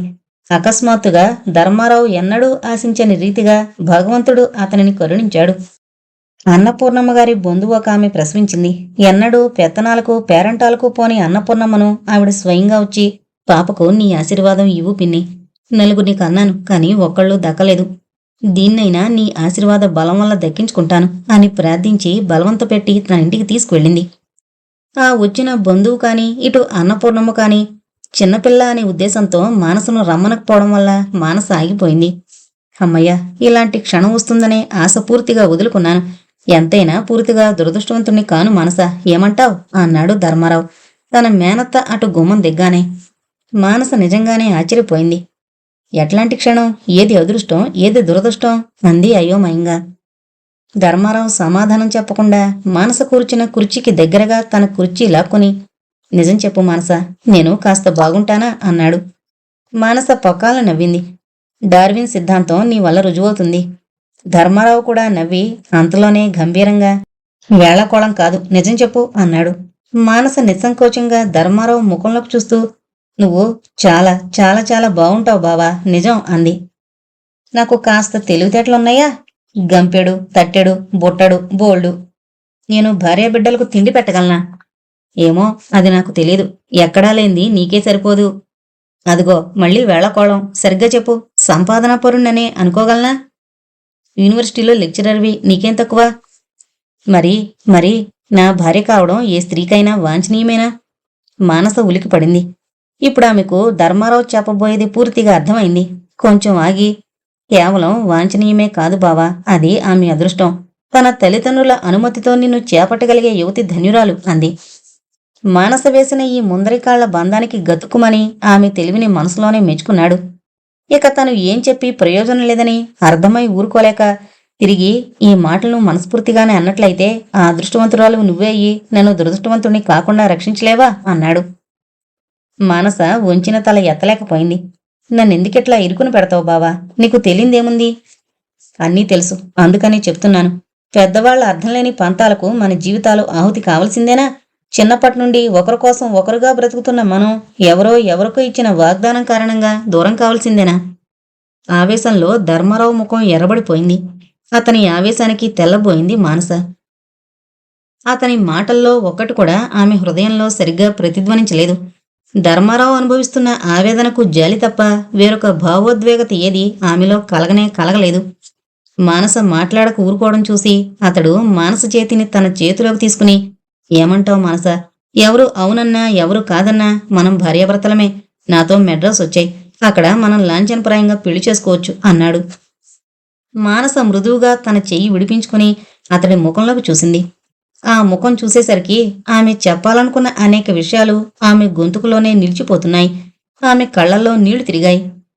నన్ను క్షమించు బావా, ఈ విషయంలో నువ్వు భావించినంత తీవ్రంగా నేను భావించలేకపోతున్నాను. అంతేగాక నాకు అమ్మ మాట వేదవాక్కు. నన్ను అమ్మ ఏ విషయంలోనూ నిర్బంధించదు. మనం మెడ్రాసు పారిపోనక్కర్లేదు. నేను పట్టుబడితే అమ్మ కాదందు. కాని అమ్మ అభిప్రాయానికి వ్యతిరేకమైన ఊహ కూడా నాకు రాదు. ఏనాడు అమ్మ తన నోటితో మన వివాహం అసంభవమనందో ఆనాటి నుండి నీ విషయంలో నాకు ఆ సంబంధమైన ఆలోచనలన్నీ తుడిచిపెట్టుకుపోయాయి. నేను నిన్ను ఎప్పుడూ ప్రాణాధికంగా అభిమానిస్తాను. కాని పెళ్లి ప్రస్తావన మాత్రం వద్దు. ధర్మారావు ఉసురుమన్నాడు. అతనికి ఇదేమంత పెద్ద దెబ్బ కాదు. మానస దగ్గర నుండి ఏదో ఇటువంటి సమాధానమే అతను ఆశించాడు. అయినా ఆశ చంపుకోలేకడిగాడు. యుక్త వయస్కురాలైన తనదైన అభిప్రాయం లేక అమ్మా అమ్మా అనే ఈ మానస అతనికి ఆశ్చర్యాన్ని, ఆవేదనను, జాలిని కూడా కలుగజేసింది. వేదనతో గొంతు వణుకుతూ ఉండగా, అయితే మనిద్దరము జీవితాంతం ఇలా పెళ్లి చేసుకోకుండా ఉండిపోవలసిందేనా అన్నాడు. మానస మరింత ఆశ్చర్యపోయింది. ఏంటి బావా, ఎంత ఆలోచించినా ఇతని మనసు తనకు అర్థం కావడం లేదు. ఎందుకింత ఆవేదన? పైగా ఇలా మాట్లాడతాడేమిటి? మానస మౌనానికి ధర్మారావు కృంగిపోయాడు. మొదటిసారిగా మానస తూష్ణీభావానికి తల్లి అంగీకారం ఒకటే కారణం కాదేమో అనిపించింది. క్షమించు మానస, మనిద్దరం అన్నాను కదూ, ఎంత వెర్రివాణ్ణో చూడు. నిన్ను వివాహం చేసుకోవద్దు అనడానికి నేనెవర్ని? నీకు నచ్చిన యువకుణ్ణి చేసుకుని కలకాలం సుఖంగా ఉండు. నా మీద దయ్యుంచి నన్ను పిలిస్తే వచ్చి ఆశీర్వదిస్తాను. అతని కళ్లల్లో లీలగా సుడులు తిరుగుతున్న నీళ్లు చూసి మానస ద్రవించింది. తన బావ ఎంతటి గంభీరుడో ఆమె ఎరుగును. అలాంటివాడు ఇలా బేలైపోతుంటే మానసకు కడుపులో దేవినట్లయింది. చటుక్కున ధర్మారావు రెండు చేతులు పట్టుకుని, నీకు పుణ్యముంటుంది, ఇలా మాట్లాడకు బావా. నేను నిన్ను ఎంత అభిమానిస్తున్నానో చెప్పినా నమ్మలేవు. నిజం చెప్పాలంటే ఎందుకనో పెళ్లిని గురించిన ఆలోచనలేవీ నన్ను కదిలించడం లేదు. నీ ఆవేదన చూడలేకపోతున్నాను. ఎందుకంత బాధపడాలో అర్థం కావడం లేదు కూడా. ప్రస్తుతం నాకున్న పెద్ద కోరికల్లా నువ్వు సంతోషంగా సుఖంగా ఉండాలనే. అమ్మ మాట కాదనడం కాని, అమ్మకి అనంగీకారమైన పని చేయడం కాని నాకు పూర్తిగా అసంభవం. నా కోసం, నా మనశ్శాంతికై హాయిగా నవ్వి వెనకట్లా మాట్లాడు బావా అంది ఆర్ద్ర కంఠంతో. ధర్మారావు బరువుగా నిట్టూర్చి మానస చేతుల నుండి తన చేతులు విడిపించుకున్నాడు. పేలవమైన చిరునవ్వు పెదవుల మీదకు తెచ్చిపెట్టుకుని, ఇలాంటి ఆవేదన స్వానుభోగ వైద్యం మానస. నీ శ్రేయోభిలాషిగా నీకిలాంటి ఆవేదన అనుభవంలోకి రాకూడదనే వాంఛిస్తున్నాను. సరే, నే వెళతాను అంటూ ధర్మారావు లేవబోయాడు. అతనిని ఆపుచేస్తూ, నువ్విందాక జీవితాంతం అవివాహితుడిగా ఉంటానన్నావు. అలా వీల్లేదు బావా. నీకు తగిన కన్యను చూసి నువ్వు వివాహం మాడి తీరవలసిందే. అలా చేస్తానని నాకు మాటివ్వు. అంది చేతులు జాపుతూ. మానస కంఠంలో వాత్సల్యం తొణికిసలాడింది. సౌందర్యం రూపుకట్టిన ఆ ముగ్ధమోహన నిర్మలమూర్తిని చూస్తూ ధర్మారావు కొద్ది క్షణాలు అచేతనంగా నిలబడ్డాడు. తర్వాత ఆమె జాపిన చేతిలో తన చేతినుంచుతూ, అలాగే మానస, నువ్వు చెప్పినట్లే చేస్తాను. ఈరోజే కాదు, నా జీవితంలో ఏ రోజు నీ ఇష్టానికి వ్యతిరేకమైన పని చేయను. నీ శ్రేయోభిలాషి ఆప్తమిత్రుడు ఏ వేళలోనైనా ఎలాంటి సహాయమైనా చేయగలవాడు నీ బావున్నాడని గుర్తుంచుకో అని ఆమె సమాధానం కోసం ఎదురు చూడకుండా వెళ్ళిపోయాడు. నిరంజన్కి కూడా మెడ్రాస్లోనే ట్యూటర్గా ఉద్యోగం దొరికిందన్న సంగతి మానసకు అంతులేని ఆనందాన్ని కలిగించింది. నిరంజనిని కష్టం మీద ఒప్పించి ధర్మారావుతో పాటే ప్రయాణం కట్టించింది, తన బావుకు మంచి కంపెనీ ఉంటుందని. ఆ రోజే నిరంజని ధర్మారావులు ప్రయాణమవుతున్నారు. మానస సుధాకర్ స్టేషన్కి వెళ్లారు. సుధాకర్ నవ్వుతూ నిల్చున్నాడు. కాని మానస మాత్రం ఒక్క క్షణమైనా ఆగకుండా ధర్మారావు తన ఆరోగ్యం గురించి తీసుకోవలసిన జాగ్రత్తలు, ఆహార విషయంలో తీసుకోవలసిన జాగ్రత్త పదే పదే నొక్కి చెబుతోంది ఉపన్యాస ధోరణిలో. ఆమె నిరంజని వంక తిరగనైనా లేదు. ఇంతలో గంట కొట్టారు. మానస, సెలవు, గుర్తించుకో అంది నిరంజని. దుఃఖంతో మానస గొంతు పూడిపోయింది. మాటలు రాక అలానేనట్టు తల ఊపింది. ధర్మారావు నిదానంగా, నన్ను తలుచుకుని బాధపడకు, సాధ్యమైనంత త్వరలో మరిచిపో అన్నాడు. ఆ మాటలతో మానసకు కన్నీళ్లాగలేదు. స్టేషన్లో ఏడవడం సభ్యతకు విరుద్ధమని జేబురుమాలతో కళ్ళెంత ఒత్తుకుంటున్నా అవి స్రవిస్తూనే ఉన్నాయి. రైలు గుండె అదరగొట్టే పెద్ద కోతతో కదిలింది. నిరంజని, ధర్మారావులు, మానస, సుధాకర్లు తమ దృక్పథంలోంచి దాటిపోయేంతవరకు చెయ్యి ఊపుతూనే ఉన్నారు. వడిలిపోయిన మానస ముఖము, ఎర్రబడిన ఆమె కళ్ళు, వణుకుతున్న ఆమె పెదవులు సుధాకర్కు మరొకలాగా అర్థమయ్యాయి. అతని హృదయం ఈర్షతో, ఏదో అవ్యక్త వేదనతో కొతకొతా ఉడికింది. ఇద్దరూ ప్లాట్ఫారం బయటకొచ్చారు. శంకరశాస్త్రి గారి కారు డ్రైవర్ మానస కోసం ఎదురు చూస్తున్నాడు. సుధాకర్ వంక తిరిగి, మీరు కూడా మా కారులో రండి, మీ ఇంటి దగ్గర డ్రాప్ చేయమని డ్రైవర్తో చెప్తాను అంది మానస. అక్కర్లేదులేండి, నాకు వేరే పనుంది కొంచెం నిర్లక్ష్యంగా విసురుగా అన్నాడు. మానస విస్తుపోయి చూసింది. తల ఉంచుకుని నెమ్మదిగా కారులో కూర్చుంది. అమాయకమైన ఆమె చూపులకు సుధాకర్ కదిలిపోయాడు. చటుక్కున తను కూడా వచ్చి డ్రైవర్ పక్కన కూర్చున్నాడు. ఎక్కడికని మానస అడగలేదు. సుధాకరు ఏమీ చెప్పలేదు. కిటికీలోంచి రోడ్డు మీదకు శూన్యంగా చూస్తూ కూర్చుంది మానస. శంకరశాస్త్రి గారి ఇల్లు సమీపించింది. అప్పటికి మానస ఈ లోకంలోకొచ్చింది. సుధాకర్ని చూసి, అరే క్షమించండి, మీ ఇంటి దగ్గరకు తీసుకుపోమని చెప్పడం మర్చిపోయాను, మీరైనా చెప్పకపోయారా అంది. సుధాకర్ నవ్వి, పర్వాలేదులేండి, మీలాగే నేను ఏదో ఆలోచిస్తున్నాను, సరే ఇంక వెళతాను అన్నాడు. మానస కంగారుగా, వద్దొద్దు, మా డ్రైవరే మిమ్మల్ని మీ ఇంటి దగ్గర దింపుతాడు అంది. సుధాకర్ కొంచెం చిలిపిగా, అంతేకాని మీ ఇంటిదాకా వచ్చినందుకు కాస్త టీ నీళ్ళైనా ఎవరన్నమాట అన్నాడు.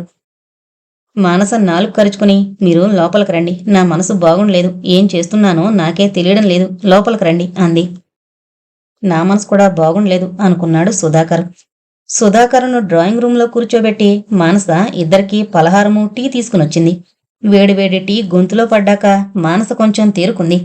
ఎన్నడూ ఆలోచనను కాని ఆవేదనను కాని ఎరుగని మానస ప్రప్రథమంగా ఆమెకు కలిగిన కొద్ది మానసిక సంక్షోభానికి తట్టుకోలేకపోతోంది.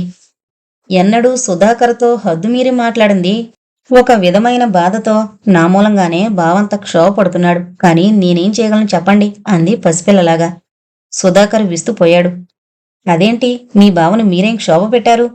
అవునండి, నేను కావాలని చెయ్యకపోయినా కారణం నేనే. మా బావ నన్ను పెళ్లి చేసుకోవాలనుకున్నాడు, మా అమ్మ వీల్లేదంది. అమ్మ వీల్లేదంటే అది అసంభవమే, దానికి కారణం నాకు తెలీదు, తెలుసుకోవాలని కూడా లేదు. నాకు ఈ విషయం చాలా సామాన్యంగా ఉంది. బావ మాత్రం విపరీతంగా బాధపడుతున్నాడు. పసితనం నుంచి బావ నేను కలిసిమెలిసి ఆడుకున్నాం. చిన్న చిన్న చిలిపి కజ్జాలు కూడా మా మధ్య ఉండేవి కావు. చిత్రమేంటంటే బావ బాధపడుతున్నాడని తప్ప ఇంకో రకమైన ఆవేదనేది నా అనుభవంలోకి రావడం లేదు. అసలు నిజం చెప్పాలంటే బావ మాటలు, ఈ ఆలోచనలు అన్నీ ఒక గొడవలా అనిపిస్తున్నాయి నాకు. అలాంటి ఆలోచనలేవి నాకెన్నడూ రావు. నాకు బావంటే ఎంత అభిమానమైనా నా చేతుల్లో లేని దానికి నేనేం చేయగలను? సుధాకర్ చెవుల్లో అమృతం వర్షించినట్లయింది. అంతకు ఒక క్షణకాలం కింద ఈర్షతో ఉడికిపోయిన అతని హృదయం ఆనందంతో ఉప్పొంగిపోయింది. పసిపిల్లల అమాయకంగా తన వంక చూసే మానస అతని మనసుకు దేవతామూర్తిలా భాసించింది. పద్మల్లా స్వచ్ఛంగా స్నిగ్ధంగా మెరుగులిన్నుతున్న ఆ మెత్తని పాదాలను ఒక్కసారి తన హృదయానికి హత్తుకోగలిగితే, ఉన్నత విద్యా సంస్కారాల్ని అలవరుచుకున్న ఈ పూర్ణ యవ్వనవతిలో ఇంతటి అమాయకత్వం ఎలా చోటు చేసుకుందో. దీర్ఘనిద్రలో ఉన్న ఒకానొక రాకుమారిని, ఒకానొక ప్రణయోపాసిని మధుర చుంబనం మేలుకొల్పిందట. తానంతటి అదృష్టవంతుడు కాగలడా? స్పందన ఎరుగని ఈ నిర్మల హృదయాన్ని ఉద్వేగభరితం చేయగలడా? ఏంటండి, ఈ లోకంలో ఉన్నారా? నవ్వుతూ అంది మానస. లేను. లేరు? అయితే ఏ లోకంలో ఉన్నారు? ఎప్పటికీ సర్వ మానవాళికి ధ్యేయమై ఏనాడు ఎవరికీ అందని ఒక సుందర నందన వనంలో. బాబోయ్, మీరు కవులు కాదు కదా? ఇంతవరకు కానని అనుకుంటున్నాను. దివ్యమైన వాతావరణంలో ఉన్నప్పుడు ఎలాంటి వాళ్ళకైనా కవిత్వం పుట్టుకొస్తోంది కాబోలు. మానస అల్లరిపిల్ల.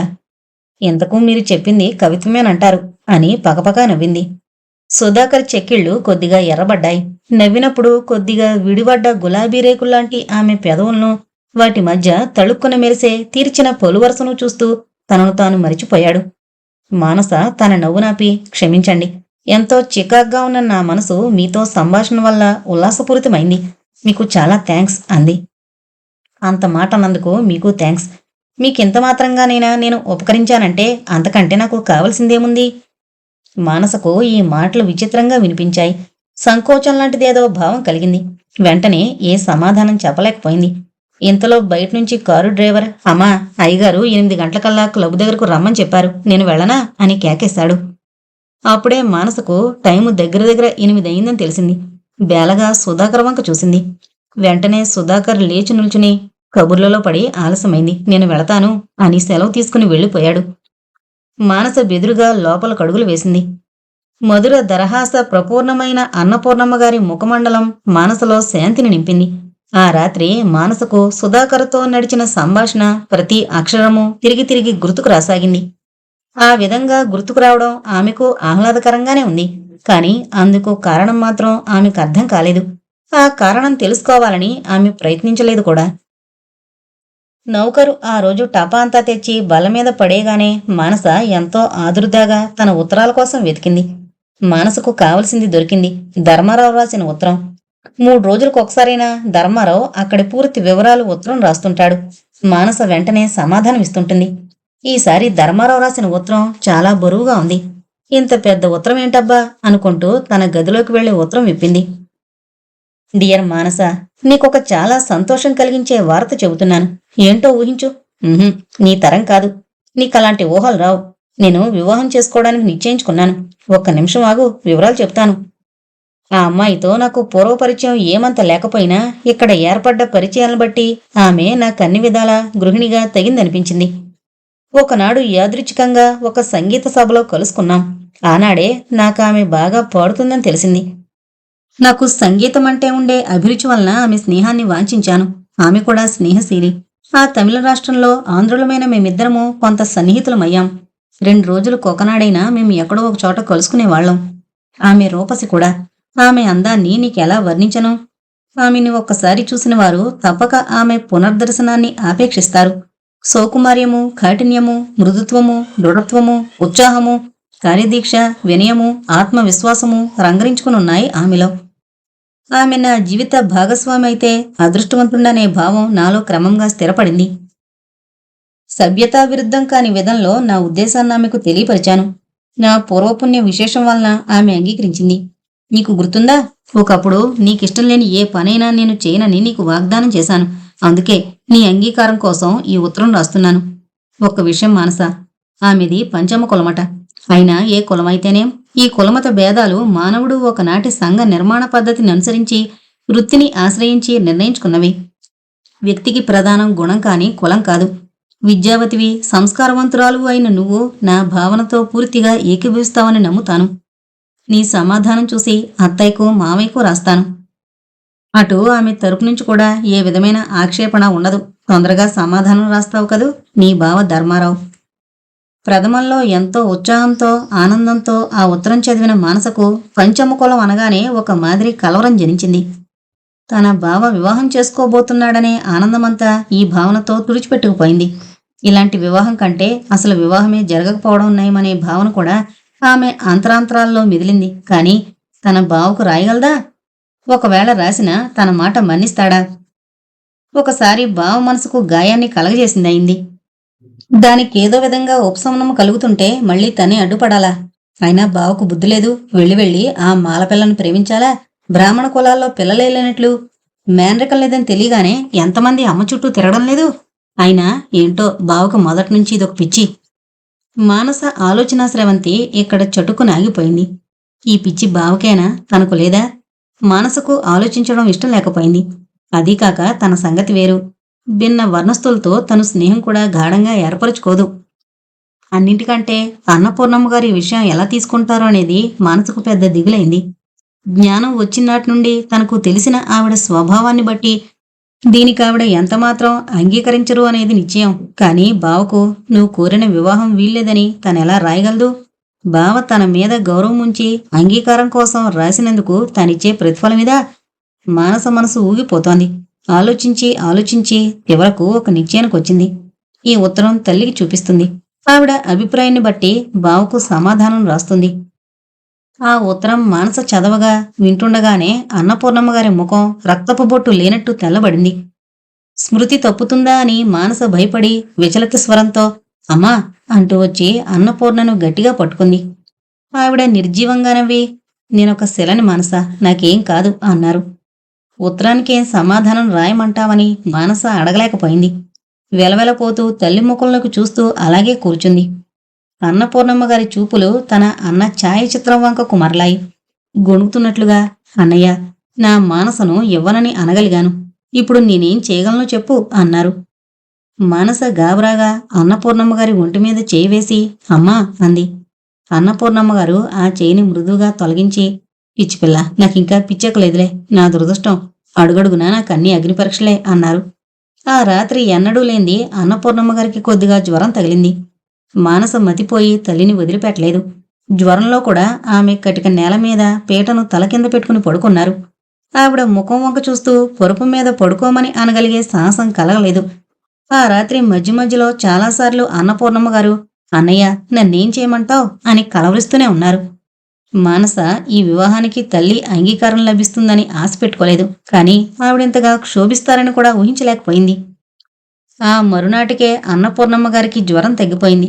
కాని ముఖం మాత్రం బాగా వడలిపోయి పూర్తిగా కళవిహీనమై ఉంది. మానస ఆందోళనతో తల్లి దగ్గర కూర్చుని నువ్వు బాధపడకమ్మా, నీకిష్టం లేకపోతే ఈ పెళ్లి మానుకుంటాడని నా నమ్మకం అంది. ఆ సంగతి అన్నపూర్ణమ్మ గారికి తెలుసు. ఆవిడ వేదన ధ్వనించే కంఠంతో పోనీ మానస, మాటిమాటికి ఇలా వాడి ఆనందాన్ని భగ్నం కావించే అధికారాన్ని నాకెవరిచ్చారో చెప్పు. చిన్నప్పటినుంచి వాణ్ణి పెంచాను నిజమే, కాని దానికింత నిష్ఠూరమైన ప్రతిఫలాన్ని కోరమంటావా అన్నారు. మానస తల వంచుకుంది. మానస మనసులోనూ ఇవే ప్రశ్నలు కదలాడుతున్నాయి. ఏం సమాధానం ఇయ్యగలదు? అన్నపూర్ణమ్మ గారు బరువుగా నిట్టూర్చారు. అంతే, ఎప్పుడు అంతే, తానొకటి తలిస్తే దైవం ఒకటి తలుస్తాడు అన్నారు. అంతలో మానస ఏం కాదమ్మా, నువ్వు తలచిన దానికి వ్యతిరేకంగా దేవుడు కూడా ఏం చేయలేడు. ఇవాళే బావుకు ఈ వివాహం ఎంతమాత్రం వద్దని రాస్తాను. మన మీద ఏమాత్రమైనా ఆపేక్ష ఉంటే మానుకుంటాడు, బాధపడతాడు నిజమే. అయితేనేం ఇదివరలో మాత్రం గాయపడి ఆ గాయాన్ని మానుకోలేదా? మనం ప్రయత్నించి బావుకు అన్ని విధాలా అనుకూలంగా ఉండే ఆ అమ్మాయిని అతనికి భార్యం చేద్దాం. కాలమే అన్ని గాయాలను మానుకుతుంది అంది. అన్నపూర్ణమ్మ గారు ఆశగా దిగులుగా అలా సాధ్యమవుతుందా అన్నారు. ఎందుకు కాదు, తప్పక అలాగే జరుగుతుంది దృఢంగా అంది మానస. ఆ మాటలు విన్న అన్నపూర్ణమ్మ గారి ముఖంలో ఆనందరేఖలు విరిశాయి. ఆ వెలుగు చూసిన మానస సంతృప్తిగా ధర్మారావుకు ఉత్తరం రాయడానికి లేచింది. సుధాకర్ మానసను తమ ఇంటికి ఆహ్వానించడానికి సాహసించలేకపోయాడు. మానస 1-2 సార్లు తనే నాకు మీ అమ్మగారిని చూడాలనుంది అంటే కూడా సంభాషణను మరలించడానికే ప్రయత్నించాడు. కాని ఆనాడు సుధాకర్ వచ్చేసరికే మానస బాగా తయారైంది. ఇవాళ మీ ఇంటికి వెళదాం పదండి అంది. సుధాకర్కు ఇంకా తప్పించుకునే మార్గం లేకపోయింది. తమ ఇల్లు సమీపిస్తున్న కొద్దీ సుధాకర్ గుండెలు దడదడలాడుతున్నాయి. ఏదో మహాపరాధం చేసిన వాళ్లాగా అతడి సర్వాంగాలు వణుకుతున్నాయి. మానస మాత్రం హుషారుగా ఏవో కబుర్లు చెబుతోంది. తన తల్లిని మానసకు పరిచయం చేసినప్పుడు సుధాకర్ గొంతు కొద్దిగా వణికింది. మానస వెంటనే వంగి సీతమ్మ పాదాలకు నమస్కరించింది. సీతమ్మకు సుధాకర్కు ఇద్దరకు అమితాశ్చర్యం కలిగింది. ఆశించని ఈ చర్యకు సుధాకర్లో సంతోషం ఎంత కలిగిందో ఆవేదన కూడా అంతే కలిగింది. సీతమ్మ చటుక్కున వెనక్కు తగ్గింది. ఎవరైనా తనకు నమస్కరించినప్పుడు అలా వెనక్కు తగ్గడం అన్నపూర్ణమ్మ గారికి అలవాటే. అందువల్ల సీతమ్మ అలా వెనక్కి తగ్గడం మానసకి అతి సహజంగా కనిపించింది. మానసతో ఈనాడు 1,00,000 సంగతులు మాట్లాడాలని సంకల్పించుకున్నాడు సుధాకర్ మొదట్లో. కాని తీరా మానసొచ్చి తన ఎదురుగా కూర్చునేసరికి అతడు వాక్య నిర్మాణ క్రమమే మరిచిపోయినట్లుగా అనుభూతి పొందాడు. సంభాషణ ఎలా ప్రారంభించాలో తెలియక యథాలాపంగా ధర్మారావు దగ్గర నుండి ఉత్తరాలొస్తున్నాయా అన్నాడు. ధర్మారావు దగ్గర నుండి ఉత్తరం అనగానే మనసుకు అతని వివాహ నిర్ణయం సంగతి గుర్తుకొచ్చింది. తన మనసులోని ప్రతి చిన్న విషయాన్ని నిస్సంకోచంగా సుధాకర్కు చెప్పడం బాగా అలవాటైపోయింది మనసుకు. బావ ఇలాంటి పని చేస్తాడని నేను కళ్ళ కూడా అనుకోలేదు అంది, ఎలాంటి ఉపోద్ఘాతమూ లేకుండా. సుధాకర్ ఆశ్చర్యంగా కుతూహలంగా ఏంటి సంగతి అన్నాడు. వింటే మీరు ముక్కు మీద వేలేసుకుంటారు. తాను ఒక పంచమ కొలజను వివాహం చేసుకుంటాడట. అందుకు నా అనుమతి కావాలట. రాయడానికి చేతులెలా వచ్చాయో, తను జన్మించిన వంశం ఏమిటి, పుట్టి పెరిగిన వాతావరణం ఎలాంటిది, చేస్తున్న పనేంటి? మానస ఒక్కొక్క వాక్యము ఒక్కొక్క సమ్మెట పెట్టులా సుధాకర్ హృదయాన్ని తాకింది. తన ముఖంలోని భావ పరిణామాన్ని మానస చూడకుండా న్యూస్ పేపర్ ముఖానికి అడ్డం పెట్టుకున్నాడు. అతి బలవంతాన తనలోని ఉద్వేగాన్ని అణుచుకుని అతి సామాన్యంగా ఇందులో అంత విడ్డూరమేముంది? ఒకనాడు ఇలాంటి సంఘటన విపరీతమైతే కావచ్చు, కాని ఇప్పుడు సర్వసాధారణమైంది. చదువుకుని సంస్కారవంతులమైన మనం కూడా ఆ బూజు పట్టిన అభిప్రాయాల్ని పట్టుకుని వేలాడ్డమేమిటి అన్నాడు. మానస ముఖం జేవురించింది. చదువుకుంటే అసలు నిత్య జీవన విధానంలో మనకే విధంగానూ ఉపకరించని ఈ ఉద్యోగపు చదువులు చదవడం కూడా ఒక పెద్ద పొరపాటే. ఇక సంస్కారం సంగతి, అసలు సంస్కారం అంటే ఏంటి? సుధాకర్ ఉత్సాహంగా ముందుకొంగి నిత్య జీవన విధానాన్ని సాంఘిక వాతావరణానికి అనుగుణంగా ఉన్నతమైన మార్గంలో మలుచుకోవడం, భావనలోనూ పలుకులోనూ ప్రవర్తనలోనూ సంకుచిత్వాన్ని వదిలేయడం, ప్రతి విషయాన్ని అన్ని కోణాల నుంచి పరిశీలించగలిగే విశాల దృక్పథాన్ని అలవరుచుకోవడం అన్నాడు. మానస ఒక క్షణం ప్రశంసతో అతని వంక చూసింది. సుధాకర్ కళ్ళు మెరిశాయి. అంతలో మానస చూపులు మరల్చుకుని, ఒప్పుకుంటాను, కాని ఉత్తమ బ్రాహ్మణ కులంలో పుట్టి మాలపిల్లను పెళ్లి చేసుకోవడం సంస్కార సూచకమా అంది. ఆమెలో బుసలు కొడుతోన్న కులభావానికి సుధాకర్ మనసు చాలా గాయపడింది. ఆమె పట్ల ఎంతటి గాఢాభిమానమున్నా ఈ మాటలకతని అహం కూడా కొద్దిగా దెబ్బతింది. అయినా సాధ్యమైనంత మృదువుగా తమ కులమే చాలా గొప్పది, మరొకరి కులము నీచమైంది అని భావించకుండా ఉండగలగడం సంస్కార లక్షణం అన్నాడు. అతడు ఎంత మృదువుగా అన్నా ఈ మాటలకు మానస మనసు మండింది. ఏ కులంలోని నియమనిష్టలు, ఆహార విహారాలు, ఆచార వ్యవహారాలు ఉన్నతంగా ఉంటాయో ఆ కులాన్ని ఉన్నతమనుకోవడంలో తప్పేముంది? ఆ దృష్టితో ఆలోచిస్తే అసలు ఈ రోజుల్లో కులభేదం లేదనే చెప్పాలి. ఎందుకంటే ఇంచుమించు అందరి ఆచార వ్యవహారాలు ఒకలాగే ఉన్నాయి. కాదు కాదు, ఒకనాటికి కాదు. అందుకు మన కుటుంబాలే నిదర్శనం దృఢంగా అంది మానస. సుధాకర్కు నోటమాట రాలేదు. అతని గుండెలనెవరో పిండుతున్నట్లయింది. లోపల నుండి అతని అంతరాత్మ గగ్గోలు పెడుతోంది. కాని ప్రలోభం అతని నోరు నొక్కేస్తోంది. సుధాకర్ ముఖం చూసిన మానస తాను అతని అభిప్రాయంతో ఏకీభవించినందుకు అతడు నొచ్చుకుంటున్నాడని భావించి కొంచెం తగ్గి, పోనీ మీరన్నట్లు ఒక కులం ఎక్కువ ఇంకో కులం తక్కువ కాకపోవచ్చు, ఏ కులానికి ఆ ప్రత్యేకత ఉంది, కాని వివాహ విషయంలో మాత్రం ఈ వర్ణసంకరం పనికిరాదు, ఏమంటారు అంది. ఎందుకని నీరసంగా అడిగాడు సుధా. నేననుకుంటున్న కారణం చెబితే మీరు నవ్వుతారేమో. నవ్వను, చెప్పండి. మన జీవన విధానం మన అనేక జన్మల సంస్కారం మీద ఆధారపడుంటుందని నా నమ్మకం. ఒక్కొక్క జీవి తమ పూర్వజన్మ సంస్కారానుసారంగా ఒక్కొక్క కులంలో జన్మిస్తాడు. తమ తమ విభిన్న సంస్కారాల ఫలితంగానే విభిన్న కులాల్లో జన్మిస్తారు. అలాంటి వారి వివాహం ఏ విధంగానూ ఫలవంతం కాబోదు. సుధాకర్ దిగ్భ్రాంతి పొందాడు. మీ వాదంతోనే నా మాటల్ని సమర్థించుకుంటాను. మీరు చెప్పినట్లే జీవులు తమ అనేక జన్మల సంస్కారాన్ని అనుసరించి తమ జీవన గమనాన్ని మలుచుకుంటూ ఉంటారు. ఆ జన్మగత సంస్కారమే కులమతాతీతమైన అనుబంధాన్ని రెండు జీవుల్లో కలిగించిందని ఎందుకు అనుకోకూడదు? మానస తెల్లబోయింది. ఆమెకు అంతరాంతరాల్లో ఆ మాటలు నిజమే అనిపించకపోలేదు, కాని ఒప్పుకోలేకపోతోంది. ఎంతమాత్రం ఉవ్విలేదు. ఒక క్షణానికి కోటి విధాల పరుగులెత్తే మన మనసును నమ్మి జన్మసిద్ధమైన సాంప్రదాయాన్ని వదులుకోవడం ఒక విధంగా ప్రలోభానికి లొంగిపోవడమే అవుతుంది. ఒక నియమాన్ని పాటించడం చాలా కష్టం, ఒక వ్యామోహానికి లొంగిపోవడం బహు సులభం. ఒక వ్రతాన్ని పాలించలేక ఏదో కుంటి సమర్థనలతో వ్యామోహానికి దాసులు మండం మన ఆధిక్యతను నిరూపిస్తుందంటారా? సుధాకర్ సమాధానం చెప్పలేదు. గదిలో విద్యుద్దీపాలు వెలుగుతున్నా అతనికి తన చుట్టూ అంధకారం వ్యాపించినట్లయింది. అకస్మాత్తుగా ఇద్దరి మధ్య నిశ్శబ్దం వ్యాపించింది. ఆ భయంకర స్తబ్దత ఇద్దరి మనసుల్లోనూ ఏదో వెలితిని నింపింది. మానస లేచి ఏవో కబుర్లలో పడి ఆలస్యమైంది. ఇక నేను వెళతాను అని సీతమ్మకు నమస్కరించి బయలుదేరింది. శంకరశాస్త్రి గారికి పని లేకుండా కారు ఖాళీగా ఉన్నప్పుడు తప్ప మానసకు కారు మీద ప్రయాణం చేయడానికి వీల్లేదు. మానసను ఇంటి దగ్గర దింపి రావడానికి సుధాకర్ కూడా బయలుదేరాడు. ఎప్పుడూ సరదాగా నవ్వుతూ కబుర్లు చెప్పే సుధాకర్ ఆ రోజు ముభావంగా బరువుగా అడుగులు వేసుకుంటూ తన పక్క నడవడం గమనించిన మానస మనసు కలతపడింది. సుధాకర్ గారు, తెలిసి తెలియక మీ మనసు నొప్పించుంటే క్షమించండి. బావ అలాంటి పెళ్లి చేసుకోకూడదనే ఆవేశంలో ఏమేమో అన్నాను, కానీ మీరు బాధపడ్డం మాత్రం నేను సహించలేను. సుధాకర్ పేలవంగా నవ్వాడు. నా బాధ పోగొట్టడం కోసం మీరేమైనా చేయగలరా? ఈ మాటల్ని అర్థం చేసుకోలేనంత ముగ్ధ కాదు మానస. అంతేకాదు, చాలా అరుదుగా సుధాకర్ నోటి వెంటొచ్చే ఈ రకమైన మాటల కోసం ఆమె మనసు ఆత్రంగా ఎదురుచూస్తూ ఉంటుంది. ఒక విధమైన మధుర భావనతో మనసు ఊగిపోతుంటే, నా ప్రాణాలనే ఇస్తాను అంది. సుధాకర్ వాలుగా ఆమె కళ్ళల్లోకి చూసి, మీ ప్రాణాలు నాకెందుకు అన్నాడు నిదానంగా.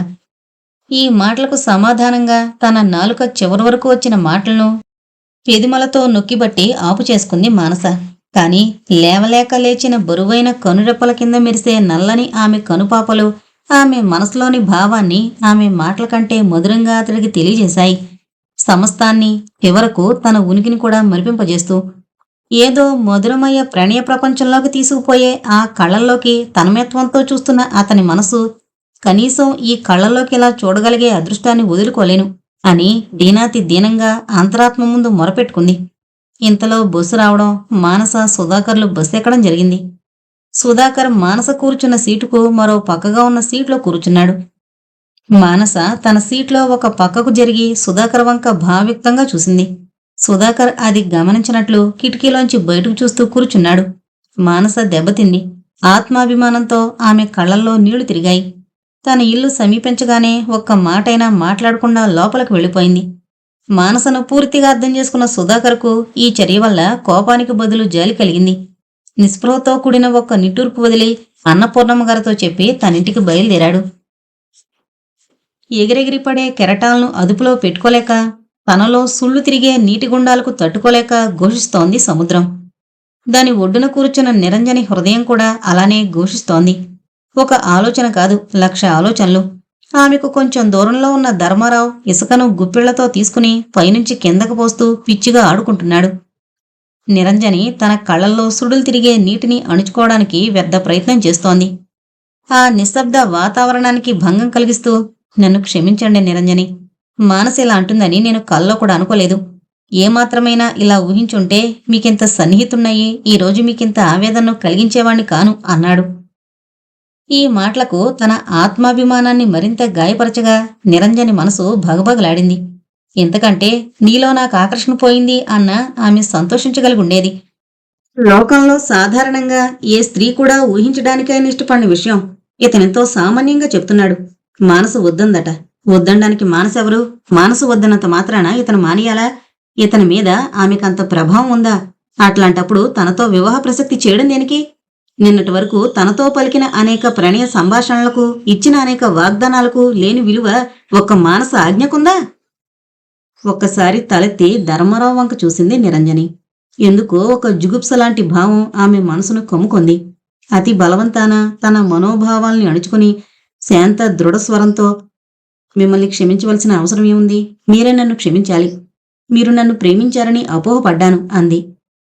ధర్మారావు తెల్లబోయాడు. అందమైన నిరంజని కనురెప్పల్లో కిందకు రాలకుండా బిగబట్టిన నీటి బిందువులు అతని దృష్టిపదాన్ని తప్పించుకోలేదు. ఇన్ని రోజుల పరిచయంలో నిరంజని ఎంత అభిమానవతో చక్కగానే అర్థం చేసుకున్నాడు. అతని గుండె కూడా ఆవేదనతో మూలుగుతోంది. కాని నిరంజని ఎలా అర్థం చేసుకుంటుంది? ఆమెతో లేనిపోని అబద్ధాలు చెప్పడం తనకిష్టం లేదు. యథార్థాన్ని ఆమె జీర్ణం చేసుకోలేదు. బహుశా ఎవరైనా అంతేనేమో. అయితే తన జీవితం ఏం కావాలి? ఒకసారి మానసను మనసారా అభిమానించాడు, ఆరాధించాడు. ఆమె ఇష్టానికి వ్యతిరేకంగా ఏనాడూ నడవనని వాగ్దానం చేశాడు. ఆ కారణం చేత ఇంకా తనకు వివాహమాడే అర్హత ఉండదా? అయినా మానస ఇంత సంకుచితంగా ఎలా ప్రవర్తించగలిగింది? తనకు కులభావం అధికంగానే ఉండొచ్చుగాక. అయినా తన వల్ల ఒకసారి గాయపడిన హృదయం తిరిగి కోలుకుంటున్నందుకు సంతోషించడానికి బదులు ఆ ద్వారాన్ని శాశ్వతంగా మూసివేస్తుందా? అంతటి కఠినురాలు, సంకుచిత స్వభావురాలు మానస అయినప్పుడు ఆమె మాటను మన్నించవలసిన అవసరం మాత్రం ఏముంది? ఏనాడో ఒకానొక భావోద్వేగంలో తనను తాను మరిచిన క్షణంలో మానసకిచ్చిన వాగ్దానం కోసం అమృతమూర్తి లాంటి నిరంజనని వదులుకోవాలా? అదీకాక నిష్కారణంగా అమాయక హృదయం ఎంత క్షోభ అనుభవిస్తోందో. ఎప్పుడూ తన పట్ల అమిత గౌరవభావాన్ని చూపే ఆమె చూపుల్లో క్షణం క్రితం వ్యక్తమైన జుగుప్సను తనీ జన్మలో మరువగలడా? ఎంత సున్నితంగా మెత్తని చెప్పుతో కొట్టింది. నిరంజని చటుక్కున లేచింది. ఇంక వెళదాం పదండి అని బయలుదేరింది. నీరు బాధగా అన్నాడు. ఈనాళ్ల ఇంతటి సాన్నిహిత్యంలోనూ అతడు ఎన్నడూ ఆమెనలా సంబోధించలేదు. ఏమాత్రమూ తన హద్దులను అతిక్రమించడానికి ప్రయత్నించలేదు. అందుకే అతడంటే ఎంతో గౌరవం నిరంజనికి. ఆవేదనతో కూడిన ఆ ఆత్మీయతా సూచక సంబోధన ముందుకు సాగే ఆమె పాదాలను బంధించి వేసింది. ఆగి వెనక్కు తిరిగింది. ధర్మారావు ఒక్కసారి తలెత్తి నిరంజని ముఖంలోకి చూశాడు. గుండెలను కదిలించి వేసే దీనాతిదీనమైన ఆ చూపుకు నిరంజని ద్రవించిపోయింది. ఆ క్షణంలో ధర్మారావు ఏమీ తెలియని పసిపాపలా కనిపించాడామెకు. ఎందుకు అన్నట్లు చూసింది అతని వంక. మిమ్మల్ని కష్టపెడుతున్నాను, కాని మరొక 10 నిమిషాలు కూర్చోగలరా? మనసులో అభిమానం ఎంత రగులుతున్నా అతని అభ్యర్థనను తిరస్కరించలేకపోయింది. ముభావంగా కొద్ది దూరంలో కూర్చుంది. ఒక్క క్షణకాలం నిరంజని వాలిన కళ్ళవంక చూశాడు ధర్మారావు. అవి బరువుగా ఉన్నాయి, విషాదంగా ఉన్నాయి, కాని ద్వేషాన్ని మాత్రం కక్కడం లేదు. నేను మిమ్మల్ని ప్రేమించినట్లు మీరు నిజంగా భావిస్తే అది అపోహ అనుకోనక్కర్లేదు. 100కి 100 పాళ్ళు యథార్థం. ఈ సంగతి నిరంజనికి తెలుసు. ధర్మారావు నిరంజన్ దగ్గర ఏ విషయమూ దాచలేదు. అతడు మానసతో తన అనుబంధాన్ని వర్ణించినప్పుడు నిరంజని అసూయ పడలేదు సరికదా, అతని నిర్మల స్వభావాన్ని మరింత ప్రశంసించింది. నేను ఒకప్పుడు మానసును ఎంతో ప్రేమించాను. ఆమె నాది కానప్పుడు నాకు బ్రతికే లేదనుకున్నాను. కాని కాలం ఎంతటి దారుణమైన గాయాన్నైనా మాన్పగలదు. నిరంజని, మీ రాక నాలో వెలితిని నింపడమేగాక నన్ను ఆవరించుకుంది. మీ చల్లని వ్యక్తిత్వపు నీడతో నా ఆవేదన చల్లరడమేగాక నా ఆశలు చిగురించాయి. గతాన్ని నా దురదృష్టంగా కాక అదృష్టంగానే భావిస్తున్నానంటే మీరు నమ్మగలరా నిరంజని అని అతడు అమాయకంగా అడిగినప్పుడు నిరంజని మనసారా ఆ మాటల్ని నమ్మింది. తన అదృష్టాన్ని అభినందించుకుంది. ధర్మారావు దృఢ వ్యక్తిత్వంలో, అతని విశాల హృదయంలో ఆమెకు అపారమైన నమ్మకం. నిరంజని తన కులాన్ని గురించి ధర్మారావుకు ప్రత్యేకంగా చెప్పుకోనక్కర్లేకపోయింది. సుధాకర్ ద్వారా అతనికి ఇదివరకే తెలుసు. ఈ విషయం ఆమె ధర్మారావు దగ్గర ఎంతో సంకోచంగా ప్రస్తావించబోయినప్పుడు ధర్మారావు పెద్దగా నవ్వి, బాగుంది, ఇది ఒక అభ్యంతరమేనా అన్నాడు ఎంతో తేలిగ్గా. ఈ మాటలు నిరంజనిలో అతని పట్ల గౌరవాన్ని ద్విగుణీకృతం చేశాయి. నిరంజని ధర్మారావుకి ఎంతగా వశమైందంటే అతడు నడిచిన నేల కూడా ఆమెకు మహాద్భుతంగా అత్యంత పవిత్రమైందిగా అనిపిస్తోంది. నిండైన విగ్రహము, ఆకర్షణీయమైన ముఖము, ఉదాత్తమైన ప్రకృతి, ఉన్నతమైన విజ్ఞానము గల ఈ యువకుని మానస ఏ విధంగా వదులుకోగలిగిందా అని ఆమె విస్తుపోతూ ఉంటుంది. తరచూ వాళ్ళిద్దరూ ఎక్కడో ఒక చోట కలుసుకుంటూనే ఉండేవారు. కలుసుకున్నప్పుడల్లా వదల్లేక విడిపోయేవారు. ఎన్నడూ ధర్మారావు సాధారణ స్నేహపు పరిమితిని దాటి ఒక్క అడుగు కూడా ముందుకు వేయలేదు. ధర్మారావు ఎంతో నెమ్మదిగా తనతో వివాహ ప్రస్తావన చేసినప్పుడు సంతోషంతో తనను తాను మర్చిపోయింది. ఆనాడు మెరుస్తున్న తన కళ్ళల్లోకి ఉత్సాహంగా ధర్మారావు చూసి కొంటిగా నవ్వినప్పుడు ఈ యావత్ ప్రపంచాన్ని జయించినంత గర్వం కలిగింది. ఒక్కసారి తనను దగ్గరకు తీసుకుంటే అదే ఆలోచనతో పులకరించిపోయింది. కాని ధర్మారావు అలాగే ఎడంగా కూర్చుని అందంగా నవ్వుతూ, మీరలా చూడకండి, నా మీద నాకు నమ్మకం తగ్గిపోతుంది అన్నాడు అల్లరిగా.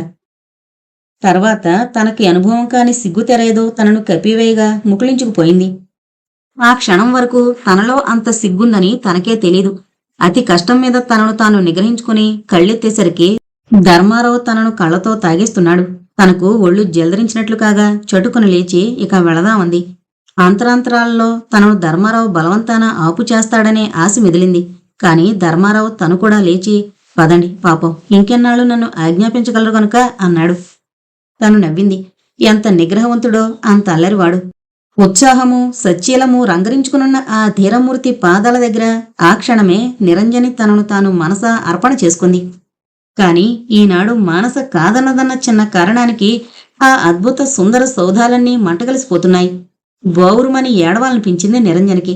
తాను తెగించి ధర్మారావు గుండెల్లో తలదాచుకుని ఈ స్థానం నాది, ఇక్కడి నుంచి తోసివేసే అధికారం ఎవరికీ లేదంటే ధర్మారావు తనను తోసివేయగలడా? కాని నిరంజని ఏదీ చేయలేకపోయింది. ఓరగా ధర్మారావు వంక చూసింది. నిరంజని ముఖంలోకే శ్రద్ధగా చూస్తున్నాడు ధర్మారావు. ఆ చూపుల్లో భయము, ఆశ, దైన్యము నిండుకునున్నాయి. నిరంజనికి ఏమీ అర్థం కావడం లేదు. అసహాయంగా ఒకానొక విరక్తిభావం తనను కమ్ముకోగా, యథార్థం ఎన్నడూ ఇంత ఓటి పునాదుల మీద నిలబడదు అంది కొంత కఠినంగా. ధర్మారావు గతుకుమన్నాడు. నిరంజన వంక ప్రాధేయపూర్వకంగా చూస్తూ, నన్ను అర్థం చేసుకోండి నిరంజని. నేను ఇంతవరకు ఎన్నడూ మాట తప్పలేదు. ఏ విషయంలోనూ తన ఇష్టానికి వ్యతిరేకంగా నడవనని మానసుకు వాగ్దానమిచ్చాను. ఆనాడు నేను మానసెంత సంకుచిత స్వభావరాలని ఊహించలేదు. పైగా ఆమె మాటలను బట్టి నాపై నిర్మలమైన అభిమానం ఉందని కూడా భ్రమపడ్డాను. ఆనాటి నా వాగ్దానం ఒకనాటికి నా జీవితంలో అత్యంత ప్రధానమైన దాన్ని, అమూల్యమైన దాన్ని వదులుకునేలా చేస్తుందని నేను ఏమాత్రమైనా ఊహించగలిగితే, క్షమించండి, నాకు కొంత సమయం ఇవ్వండి. నేను ఏదీ నిర్ణయించుకోలేకపోతున్నాను. అతని కంఠంలో ధ్వనించే ఆవేదనకి పూర్తిగా కరిగిపోయింది నిరంజని. అదీకాక అతని మాటలామెకెంతో తృప్తినిచ్చాయి. ధర్మారావు ఈ వివాహానికి సందేహించడానికి బలమైన కారణం మానస మీద అతనికి గల అభిమానం కాదు, తన వాగ్దానానికి భంగం కలిగించుకోలేకపోవడం. ఈనాడు తన జీవిత సర్వస్వాన్ని పణంగా పెట్టి అతనిస్తోన్న గౌరవం మానస అభిప్రాయానికి కాదు, తాను ఆమెకిచ్చిన మాటకి. ఇది అతని ఆధిక్యతను మరింత అధికం చేస్తుందే కాని న్యూన్యపరచడం లేదు. కాని ఎలా?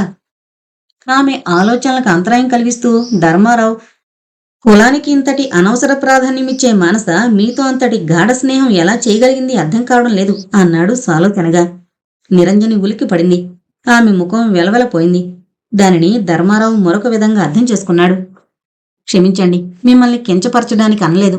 మానస స్వభావాన్ని గురించి ఆలోచిస్తున్నాను ఓదారుస్తూ అన్నాడు. నిరంజని తల మరింత కిందకు వంగింది. ఏదో చెప్పాలని ప్రయత్నించింది, కాని ఆమె గొంతు పెగల్లేదు. మెరుపుల నిరంజని మస్తిష్కంలో ఒక ఊహ కదిలింది. సిగ్గుగా ధర్మారావు వంక చూస్తూ, మన వివాహ విషయంలో మానస అంగీకారం నేను పొందగలిగితే మీకు అభ్యంతరం ఉండదు కదూ అని అడిగింది. ధర్మారావు తెల్లబోతూ, అభ్యంతరమా? ఎగిరి గంతేస్తాను, కాని అదెలా సాధ్యం అన్నాడు. ఎలాగో సాధిస్తాను. మీ అనుబంధాల్ని మీరు పరీక్షించుకున్నారు, మా స్నేహాన్ని నేను పరీక్షిస్తాను. కాని ఇందులో మీరేం కల్పించుకోకూడదు. అలాగే, కల్పించుకోను, కాని అసంభవం అనిపిస్తోంది. చూద్దాం అంటూ నిరంజన లేచింది. ఆమె ముఖంలో మబ్బులు మాయమయ్యి ప్రసన్నంగా ఉంది. ధర్మారావు అనేక రకాల ఆలోచనలతో ఊగిపోతూ ఆమెను అనుసరించాడు. నిరంజని తన హాస్టల్కొచ్చేసరికి వార్డెన్ సుధాకర్ దగ్గర నుండి వచ్చిన ఉత్తరం అందించింది. బట్టలైనా మార్చుకోకుండా బద్ధకంగా ఆ ఉత్తరం ఇప్పింది. నీకు నేను రాయబోయే ఈ విషయాలు శుభమైనవో అశుభమైనవో నాకు తెలియడం లేదు. నువ్వెలా అర్థం చేసుకుంటావో అసలు ఊహించలేకుండా ఉన్నాను. విధాత మానసాదేవి శరీరాన్ని సృష్టించడానికి ఎంత ప్రత్యేకమైన శ్రద్ధ తీసుకున్నాడో ఆమె మనసు విషయంలో అంత నిర్లక్ష్యం చేశాడు. ఆమె మనసు నవనీతమైన మాట నిజమే, విశాల హృదయురాలు అని కూడా చెప్పొచ్చు. కాని క్రీస్తు పూర్వం పుట్టవలసిన వ్యక్తి. ఆమె భావాలకు నవ్వాలో ఏడవాలో కూడా అర్థం కాదు. ఏది ఏమైనా ఒకసారి తాను ఉత్తమమని నమ్మిన మార్గంలోంచి ఆమె ఎన్నటికీ మరలదు. అది అసంభవం. అంతేకాదు, ఎదుటి వ్యక్తుల్ని అర్థం చేసుకోగలడం కాని సూక్ష్మమైన పరిశీలన జ్ఞానం కాని ఆమెకు తక్కువ. అద్భుత సౌందర్యవతి అయిన ఈ యువతిలో శైశవ లక్షణాలే ఎక్కువగా కనిపిస్తాయి. తెలుసో తెలియకో నేనామె జీవితంలో చోటు చేసుకున్నాను. అంతేకాదు, ఆమె హృదయంలో స్థానం సంపాదించుకున్నానని కూడా చెప్పడానికి సాహసిస్తున్నాను. ఇందువల్ల నాకెంత సంతోషం కలుగుతుందో అంత ఆవేదన కలుగుతోంది. మా పరిచయము, ఈ ప్రేమ అన్నీ అసత్యమైన భావాల మీద నిలబడున్నాయి. ఆ ఆధారాలు కదిలినాడు ఏం జరుగుతుందో ఊహించలేకుండా ఉన్నాను. ఒకటి మాత్రం నిశ్చయం, కలరూపు తెలిసిన నాడు మా కలయిక అసంభవం. ఆనాడు మానసుకు మతిపోతుందో, ఆత్మహత్య చేసుకుంటుందో, నేను ఏమవుతానో ఆ సృష్టికర్తకే తెలియాలి. మానస ముగ్ధ. ఆమె ముగ్ధత్వమే, ఆ బేలతనమే, ఆ అమాయకత్వమే నన్ను ఆమె వైపుకు మరింత ఆకర్షిస్తోంది. నాకు ఆమె పట్ల చాలా ప్రేమ అనడం కన్నా నాకు ఆమంటే వెర్రి అంటే సరిగ్గా చెప్పినవాణ్ణవుతానేమో. మానస దగ్గర కనీసం ఒక్క క్షణం గడపడానికి, ఏదైనా వదులుకోవడానికి సిద్ధంగా ఉన్నాను. ఆమె స్నేహం కోసం జీవితపు విలువల్ని వదులుకుంటున్నాను. నేనెంత నీచానికి దిగజారుతున్నానో నాకు తెలుసు. కాని ఏం చేయను, అసహాయుణ్ణి. ఏ రహస్యాన్ని ఆధారంగా చేసుకుని ఆమె అభిమానాన్ని పొందగలుగుతున్నానో ఆ రహస్యం ఏ క్షణంలో బయటపడుతుందోననే భయం నన్ను అనుక్షణము వేధిస్తూనే ఉంటుంది. కానీ ఒక్క విషయం నా ఈ మాయాసౌధం ఏనాటికో కూలక తప్పదని నాకు బాగా తెలుసు. అందుకనే కూడని చనువేదో నేను తీసుకోవడం లేదు. అయినా మానస మనసుతో నిర్దయగా ఆడుకుంటున్న నాకు ఏ శిక్ష ఉచితమో నువ్వే చెప్పు. కాని ఈ బంగారు కళ కరిగిపోనీయకు. ఎల్లకాలము ఇది కలగానే నిలిచిపోవాలి. ఈ కళ పండాలని కూడా నేను వాంఛించడం లేదు. ఈ మాత్రపు ఆనందమే చాలు నాకు. ఇది ఎలా సాధ్యం నీరు? ఏనాడో ఒకనాడు నేను అతి ప్రయత్నం మీద తప్పించుకుంటూ వచ్చిన ప్రశ్నకు సమాధానం చెప్పుకోవద్దా? ఆ అగ్ని పరీక్షకు తట్టుకోగలనా? ఏమో, భూత భవిష్యత్తుల గురించి ఆలోచించడానికి భయం వేస్తోంది. వర్తమానంలోని ఈ ఆనందాన్ని ఎన్నాళ్ళు నిలుపుకోగలను? ఏది ఏమైనా చెల్లెలుగా నిన్నొకటి అర్థిస్తున్నాను. మన కులం సంగతి మనసుకి ఎన్నడూ తెలియనివ్వకు. నిన్ను కూడా ఈ సుడిగుండంలోకి లాగుతున్నానని బాధపడుతున్నావా? ధర్మారావు నిన్ను వివాహం చేసుకోవాలనుకోవడం నాకెంతో ఆనందాన్ని కలిగించింది. నిజంగా ధర్మారావు లాంటి భర్త లభించడం ఏ స్త్రీకైనా గర్వకారణం. మానస నాతో ధర్మారావు మాలపిల్లను చేసుకోబోతున్నాడు అని చెప్పింది. అది నీవే కావచ్చని ఊహించాను.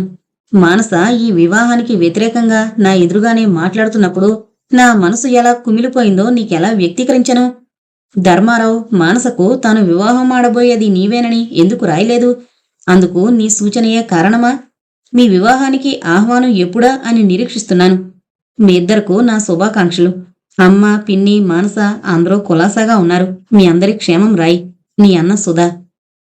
ఉత్తరం ముగించి బాధగా మూలిగింది నిరంజని. ధర్మారావుతో తన పేరు మానసకు రాయిద్దని తానే చెప్పింది. ఒక్కసారిగా మానసును ఆశ్చర్యపరచాలని తప్ప వేరు ఉద్దేశం ఏమీ లేదు అప్పట్లో. కాని అది కూడా మరొక కొత్త సమస్యను సృష్టించింది. ధర్మారావు తన పేరు కూడా రాసుంటే తాడో పేడో వెంటనే తేలిపోయి ఉండేది. కాని సుధన్నయ్యకు అది పెద్ద దెబ్బ అవుతుంది. మానస ప్రేమ ఎటువంటిది? తానుగా ఏమీ ఆలోచించలేక తల్లి వద్దన్నందుకు ధర్మారావును తిరస్కరించింది. సుధన్నయ్య విశ్వ ప్రయత్నం చేత అతని ఆకర్షణకు ముగ్గింది. ఈనాడు అన్నింటికీ అతీతంగా తనను తాను సుధన్నయ్యకు అర్పించుకోగల స్థితిలో ఉందా మానస? మానస అలా ఎప్పటికీ ఉండదు. ఏ చమత్కారాన్ని ఉపయోగించి మానస గాఢ స్నేహాన్ని పొందగలిగిందో అదే చమత్కారాన్ని ఉపయోగించి తమ వివాహానికి మానస అనుమతి పొందాలి. వెంటనే మానసకు ఉత్తరం రాసింది. వదినా, ఈ సంబోధన నీకు కొత్తగా ఉంది కదూ, కాని నా హృదయపూర్వకమైన సంబోధనది. నేను ధర్మారావు గారి వల్ల విన్నదాన్ని బట్టి, నేను ఊహించిందాన్ని బట్టి నువ్వు మీ బావను మొదటి నుండి సోదరభావంతోనే అభిమానిస్తున్నావని భావించాను. ఆ భావంతోటే నిన్ను మనసారా వదినా అని సంబోధించాను. ఇంతకంటే సమర్థంగా నా హృదయాన్ని నీకెలా విప్పి చెప్పగలను? మానస, నన్ను చిన్నప్పటి నుండి ఎరుగుదువు. నన్ను నీ వదినగా అంగీకరించగలవా? నీ ఊహల్లో నేను ధర్మారావు గారికి తగిన గృహిణిని కాగలనా? నీ సమాధానంపై నా భవిష్యత్తంతా ఆధారపడుంది. తొందరగా సమాధానం రాయవు. నీ నిరంజని. మానస దగ్గర నుండి సమాధానానికి నిరంజని ఎక్కువ రోజులు ఎదురు చూడవలసిన అవసరం లేకపోయింది. ఆ రోజు మానస దగ్గర నుండి వచ్చిన ఉత్తరాన్ని ఎంతో ఆందోళనగా, ఆతృతగా, గుబగుబలాడే గుండెలతో విప్పింది.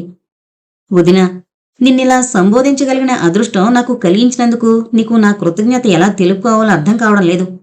నీ సంబోధన నాలో నేను కొన్ని కోట్ల సార్లు చదువుకున్నాను. ఒక్కసారి నీ దగ్గరకు వాలి నిన్ను కౌగిలించుకుని నోటితో వదినా అని పిలిపించుకుని మురిసిపోవాలనుంది. నువ్వు భార్యవైన నాడు మా బావ కంటే అదృష్టవంతులుండరు. నువ్వు సరిగ్గా ఊహించావు. మా బావను నేను మొదటి నుంచి నా అన్నగానే భావించాను. కాని చిత్రమేంటంటే నువ్వు స్పష్టం చేసే వరకు ఈ విషయంలో నన్ను నేనే అర్థం చేసుకోలేకపోయాను. నీరు, నీకు నిజంగా వదినను కాగలిగే అదృష్టాన్ని నాకు భగవానుడు ఎప్పుడు ప్రసాదిస్తాడో కదా. నీ మానస. ఉత్తరం చదువుకుని నిరంజని నవ్వుకుంది. ఉత్తరమంతటా మానస ముగ్ధ హృదయం దోబూచులాడుతూనే ఉంది. మానస ఒట్టి వెర్రిపిల్ల కాదు. ఆమె హృదయ స్పందన ఎరుగందీ కాదు. కాకపోతే ఏ విషయాన్ని లోతుగా ఆలోచించేది కాకపోవచ్చు. ఆమె ప్రగాఢ ప్రణయ మాధుర్యం ఆ ఉత్తరంలోని ప్రతి అక్షరంలోనూ ప్రతిఫలిస్తోంది. అంతులేని సంతోషం, భయము, జాలి ఆమె మనసు ఒక్కసారిగా కమ్ముకున్నాయి. పర్యవసానాన్ని గురించి ఊహించలేకపోతోంది.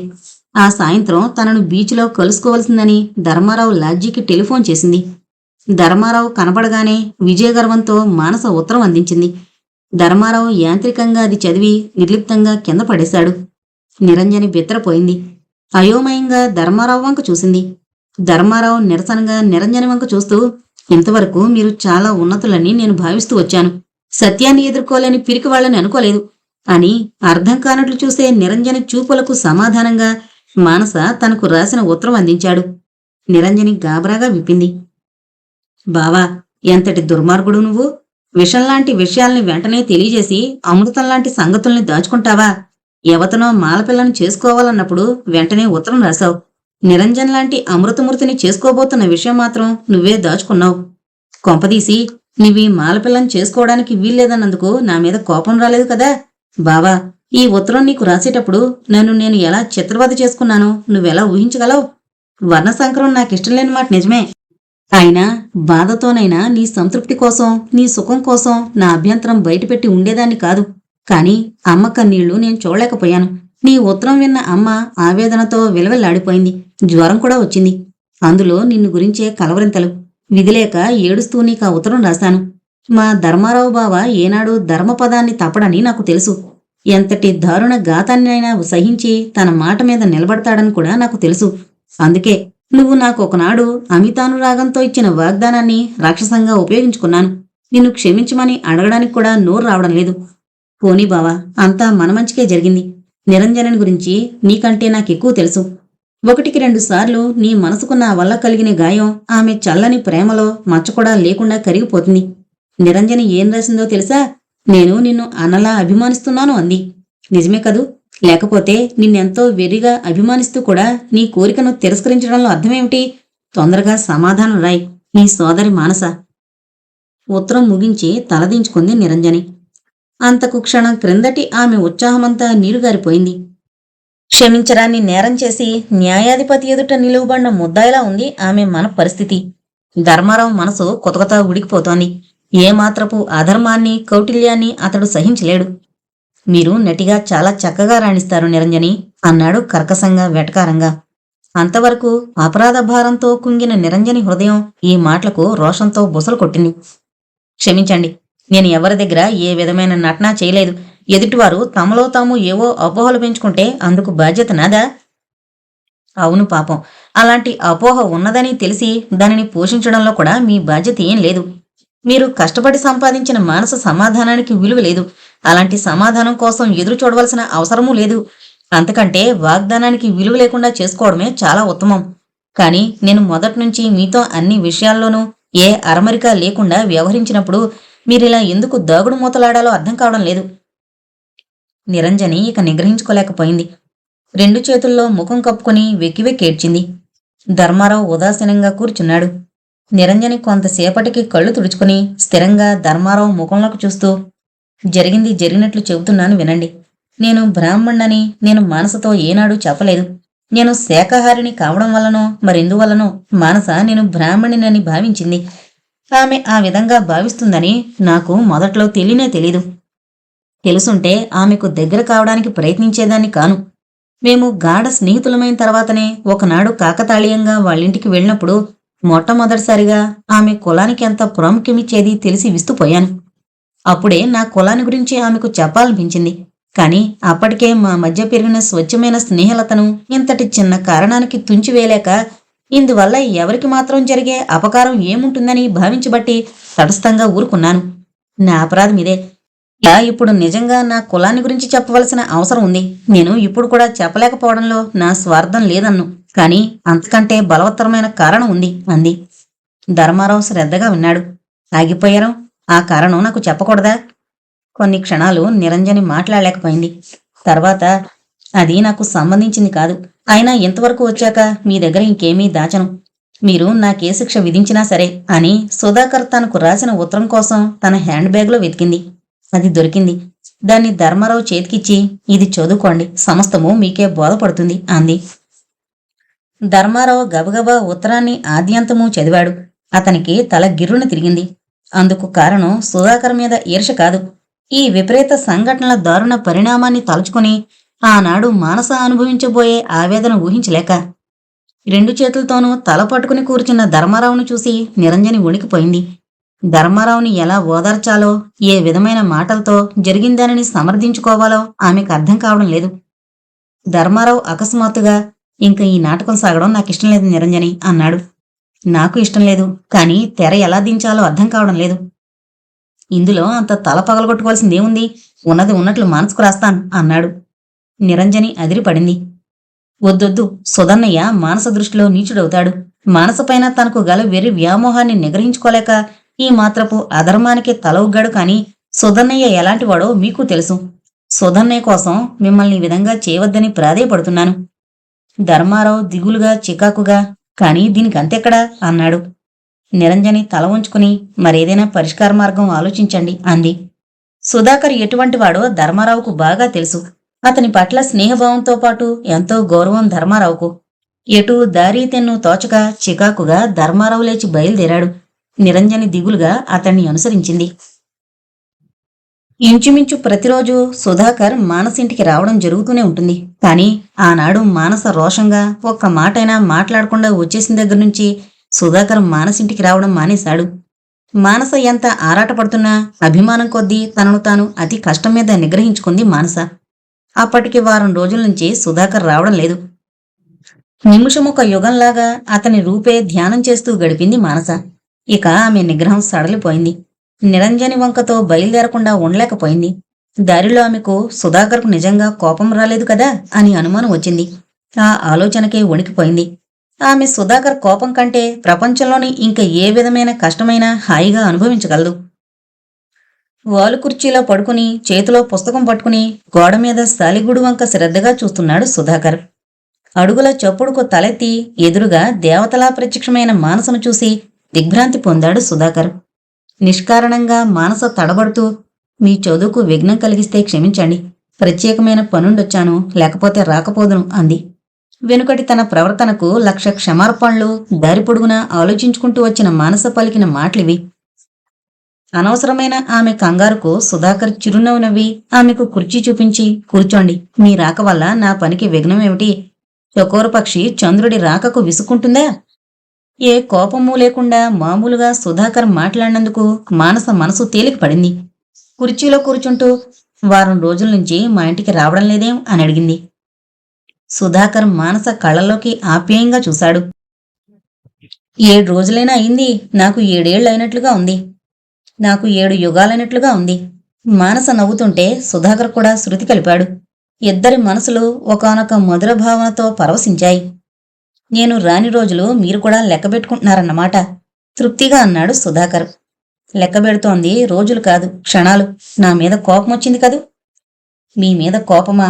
ఈరోజే కాదు, ఏనాడు కూడా మీ మీద కోపం తెచ్చుకోగలిగే శక్తి నాకు లేదు. మానస తన మనసులోని అనురాగమంతా తన కళ్ళల్లో కురిపిస్తూ, మరి నాకింత శిక్ష విధించడానికి కారణమేమిటి చెప్పండి అంది. స్వచ్ఛమైన సరోవరంలో అప్పుడే వికసించిన నల్ల కలువరేకుల్లాంటి ఆమె కళ్ళు అనురాగంతో ఏషద్రక్తిమ ప్రవహించి తన కళ్ళలోకి చూస్తుంటే సృష్టి స్థితికి మూలమైన ఏదో ఒక మహాదివ్య శక్తి తమ మధ్య ప్రవహిస్తున్నట్లుగా అనుభూతి చెందాడు సుధాకర్. నేను విధించిన శిక్ష మీకు కాదు, నాకు నేనే విధించుకున్నాను. మానస నవ్వింది. ఎందుకు? ఏం అపరాధం చేశారని? నేను చేసిన అపరాధం మీకు తెలియజెప్పుకోలేననే మిమ్మల్ని తప్పుకు తిరగాలని అనుకుంటున్నాను. నా అపరాధాన్ని మీరు క్షమించలేరని నాకు తెలుసు. ఈ మాటలను సుధాకర్ గంభీరంగా అన్న మానస నవ్వులాటగా తీసుకుంది. మీరు అపరాధం చేస్తారనేది నేను నమ్మను. భగవంతుని పరమైన దుర్గుణాలు కూడా పవిత్రమైపోతాయట. అలా మీరు చేసే అపరాధం కూడా సత్కార్యమైపోతుంది. అయ్య బాబాయ్, మానసదేవి, నన్ను భగవంతుడితో పోల్చి లోకంలో భగవంతుడికి విలువ లేకుండా చేస్తారా? మానస కనురెప్పలు వాల్చుకుంది. నేను మాట్లాడేది లోకం విషయం కాదు, నా సంగతి. సుధాకర్ కంఠంలో నుండి అప్రయత్నంగా ఆవేదన సూచకమైన మూలుగు వెలువడింది. మానస కంగారుగా లేచి సుధాకర్ నుదుటి మీద చేయి వేసి, అదేం ఒంట్లో బాగలేదా అంది. మానస సుధాకర్ల నడుమ ఈ మాత్రపు చనువుకిదే ప్రారంభం. న్యాయాన్యాయాల సంఘర్షణలో వేడెక్కిన అతని నుదుటిపై మానస చేయి అమృతధారలు వర్షించింది. ఎందుకనో అతనికి ప్రప్రథమంలో మానసను ముసల్దానిగా భావించి తాను చేయి పట్టుకుని తీసుకువెళ్లడం గుర్తొచ్చింది.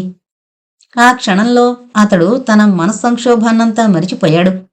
తన నుదుటిపైనున్న మానస చేతి మీద తన చేతి నుంచి మృదువుగా నొక్కుతూ, నా బ్రతుకు వ్యర్థం కాదు అనుకోవడానికి ఈ ఒక్క దివ్యక్షణం చాలు మానస అన్నాడు. కొద్ది క్షణాల వరకు అతడు తన చేయి తొలగించుకోలేకపోయాడు. మానస కూడా తన చేతిని వెనక్కు తీసుకోలేదు. అంతలో సుధాకర్ మత్తులోంచి మేల్కొని మానస చేతి మీద నుండి తన చేతిని తొలగించి, ఇంతకు మీరొచ్చిన ప్రత్యేకమైన పనేంటి? మానస ఇంకా తన కలలోంచి మేల్కోలేదు. మేల్కొండం ఆమెకిష్టం లేదు కూడా.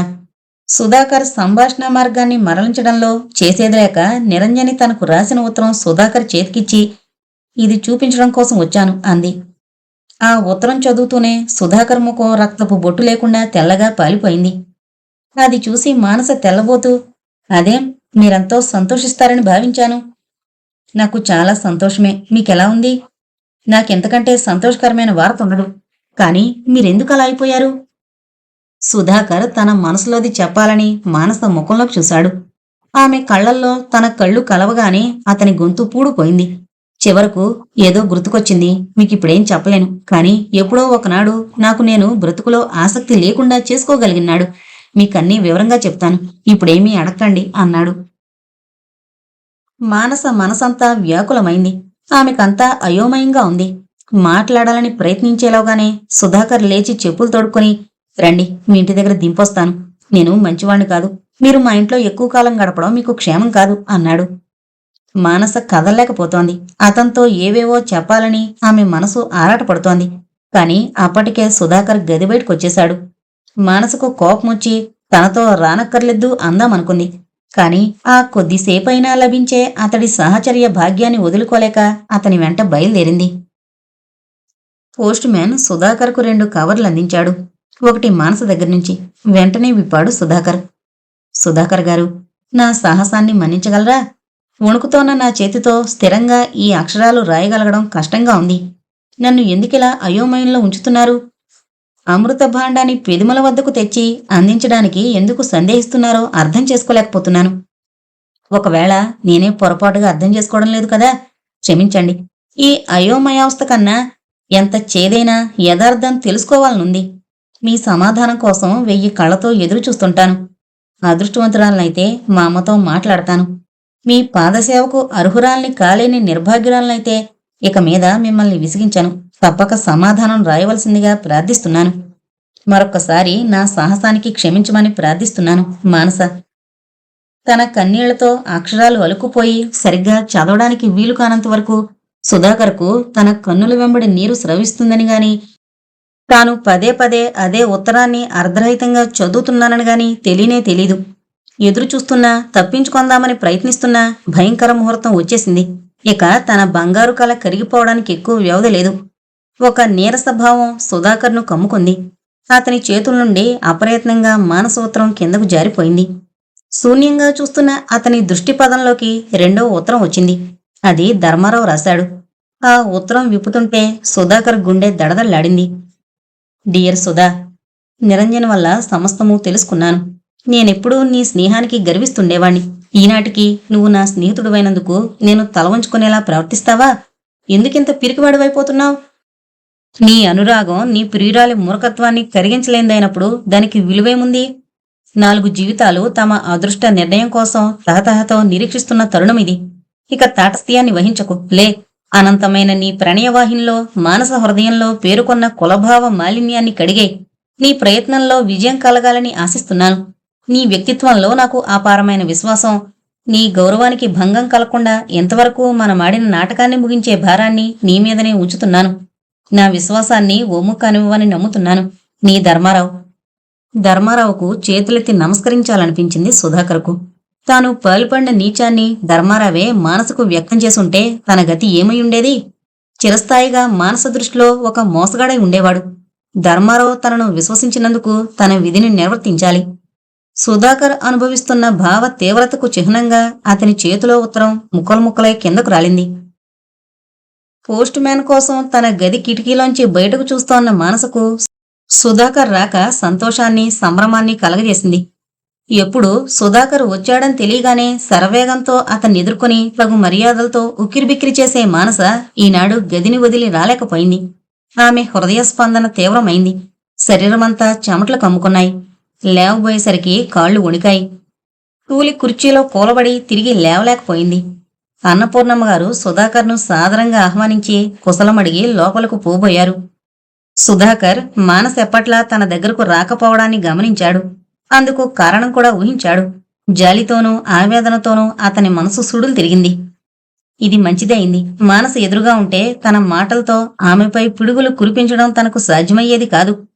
పోబోతున్న అన్నపూర్ణమ్మగారు నాపి, మీతో కొంచెం మాట్లాడాలనొచ్చాను అన్నాడు. ఆమె ఆశ్చర్యంగా చూశారు.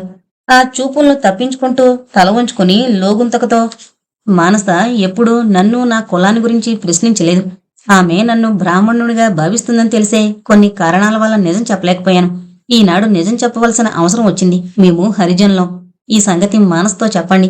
చేతులు మూడ్చి ఆమె క్షమాపణలు అర్థిస్తున్నానని చెప్పండి.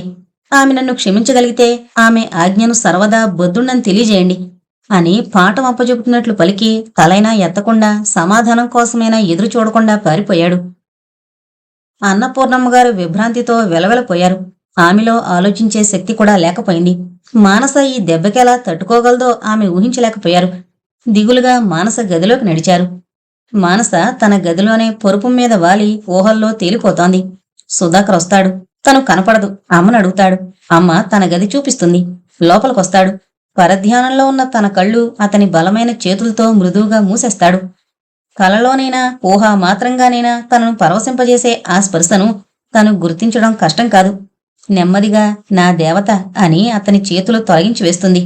అతడు వంగి తన చెవిలో తమ వివాహ నిర్ణయాన్ని గురించి చెబుతూ చేతులతో తనను చుట్టేస్తాడు. అంతలో అమ్మొస్తుంది. మానస అన్న అన్నపూర్ణమ్మగారి పిలుపుతో ఉలికిపడి ఈ లోకంలోకొచ్చింది మానస. సంభ్రమాన్ని సర్దుకుంటూ, ఏమమ్మా, సుధాకర్ గారు నన్ను రమ్మంటున్నారా అంది. అన్నపూర్ణమ్మగారు నిర్లిప్తంగా, లేదమ్మా, ఆయన వెళ్ళిపోయారు అన్నారు. మానస బిత్తరపోయి చూసింది. నాతో మాట్లాడి వెళ్లారు అన్నారు అన్నపూర్ణమ్మగారు. మానస ముఖం ఎర్రబడింది. సిగ్గుగా బెదురుగా అన్నపూర్ణమ్మగారి మొహంలోకి చూసింది మానస. అన్నపూర్ణమ్మగారు మానస దగ్గరగా వచ్చి ఆమె చేతిని తన చేతిలోకి తీసుకుని తల నిమురుతూ నుంచున్నారు. కొద్ది క్షణాలాగి మానస నిగ్రహించుకోలేక, ఏం మాట్లాడారమ్మా అంది. అన్నపూర్ణమ్మగారి గొంతు వణికింది. సుధాకర్ గారు ఏ కులస్తులు మానస? మానస బిత్రపోయింది. పిచ్చిగా తల్లివంక చూస్తూ, నిరంజని బ్రాహ్మణుల పిల్ల, ఆమె అన్న బ్రాహ్మణుడు కాకేమవుతాడు అంది. నిరంజని తను బ్రాహ్మణ్ణని నీతో చెప్పిందా? మానసకు ప్రపంచమంతా గిరున తిరుగుతున్నట్లు తోచింది. ఏంటిది? ఏం జరుగుతోంది? నిరంజని బ్రాహ్మణుల పిల్ల కాదా? తను ఆమె బ్రాహ్మిణి అని భావించి 1కి 10 సార్లు ఆ అర్థం వచ్చేలా మాట్లాడినప్పుడు కూడా తాటస్థ్యం వహించడానికి కారణమేమిటి? తాను ఎన్నిసార్లు ఆహ్వానించినా భోజనానికి రాకపోవడానికి, తనను ఎన్నడూ భోజనానికి ఆహ్వానించకపోవడానికి ఇదే కారణమా? మరి సుధాకర్? అవును, అతను కూడా ఎప్పుడూ కులాన్ని గురించి ప్రస్తావించలేదు. అంతులేని అభిమానాన్ని వ్యక్తపరుస్తూ కూడా సుధాకర్ తనకు దూరంగా ఉండడానికి ఇదే కారణమా? భగవాన్! మానసకు కళ్ళు తిరుగుతున్నాయి. ఆమెది బేలగుండే, అల్లారు ముద్దుగా ఆడింది ఆటగా పెరిగిన ఆ యువతి ఏమాత్రపు ఉద్వేగాన్ని భరించలేదు. సుధాకర్ ఎంత నిగ్రహించుకున్నా వ్యక్తం కాకమానని అతని అనురాగం మీద నమ్మకంతో సాహసించి అతనికి ఉత్తరం రాసింది. కాని అది పోస్టు చేసిన మరుక్షణం నుంచి అంతులేని ఆరాటాన్ని అనుభవిస్తోంది. ఈనాడు సుధాకర్ స్వయంగా తమింటికి రావడంతో వివిధ భావ సంఘర్షణలతో అనిర్వచనీయమైన ఉత్కంఠతతో ఆమె మస్తిష్కం వేడెక్కింది. దానికి పైగా అన్నపూర్ణమ్మగారి మాటలతో ఆమెకేదో మైకం ఆవహించినట్లయింది.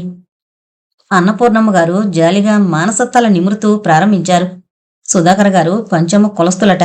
ఆయన నీతో. అన్నపూర్ణమ్మగారి వాక్యం పూర్తి కాకుండానే మానసకు స్మృతి తప్పిపోయింది.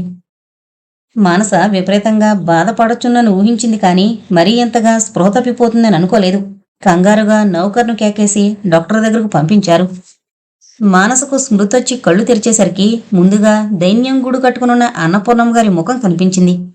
ఆ ముఖం వంక చూడలేక మానస తల తిప్పుకుంది. అన్నపూర్ణమ్మగారు ఆప్యాయంగా మానస తలను తన వైపు తిప్పుకొని, ఎలా ఉందమ్మా అన్నారు.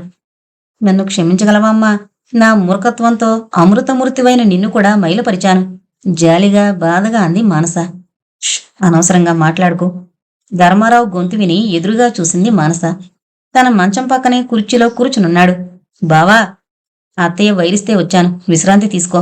అత్తయ్య, మానసకు జ్వరం 103 డిగ్రీలుంది, ఎక్కువ మాట్లాడనీయకు. కాని మానస ఆగలేదు. అత్తకు బుద్ధి చెప్పి కోడలు గడ్డి తిందట. నన్ను నేను ఏ విధంగా శిక్షించుకోవాలో చెప్పవా బావా? ఇప్పుడు శిక్ష అనుభవించవలసినంత మహాపరాధం ఏదీ నువ్వు చేయలేదు. అయినా ఇప్పుడు నీకు నువ్వు విధించుకున్న ఈ శిక్ష నీ పొరపాటుకు 1000 రెట్లు ఎక్కువైంది. ఇంకా మాట్లాడకు మానస, లాలనగా అన్నాడు ధర్మారావు. వద్దు బావా, నన్ను మాట్లాడిని, నాలాంటి వాళ్ళు చావరులే, కసిగా అంది మానస. అన్నపూర్ణమ్మగారు చటుక్కున మానస నోరు మూసి, నా కంఠంలో ప్రాణం ఉండగా అలాంటి మాటలు మాట్లాడక మానస అన్నారు. నా మాట వినవా మానస? ఆజ్ఞాపిస్తున్నట్లు లాలనగా అన్నాడు ధర్మారావు. మానస కొన్ని క్షణాలు మాత్రమే ఊరుకుంది. బావా, నువ్వు తొందరపడకుండా వెనకా ముందు ఆలోచించి అన్ని విషయాలు తెలుసుకుని నీకు న్యాయమని తోచిన మార్గాన్ని ఎన్నుకున్నావు. నేను వెర్రి వ్యామోహంలో కళ్ళు మూసుకుపోయి నిజానిజాలు తెలుసుకునే ప్రయత్నమైనా చేయలేదు. ఇంతటి నీచురాల్ని నువ్వెలా క్షమించగలవు బావా? ధర్మారావు మానస రెండు చేతులు పట్టుకుని, మానస, బంగారు తల్లి, నువ్వు వెర్రిపిల్లవమ్మా. అప్పుడే కళ్ళు తెరిచిన పసిపాప వంటి నిర్మల మూర్తివి. నీ తప్పేమీ లేదు, ఎవరి తప్పు లేదు. ఇది చాలా సాధారణ విషయం.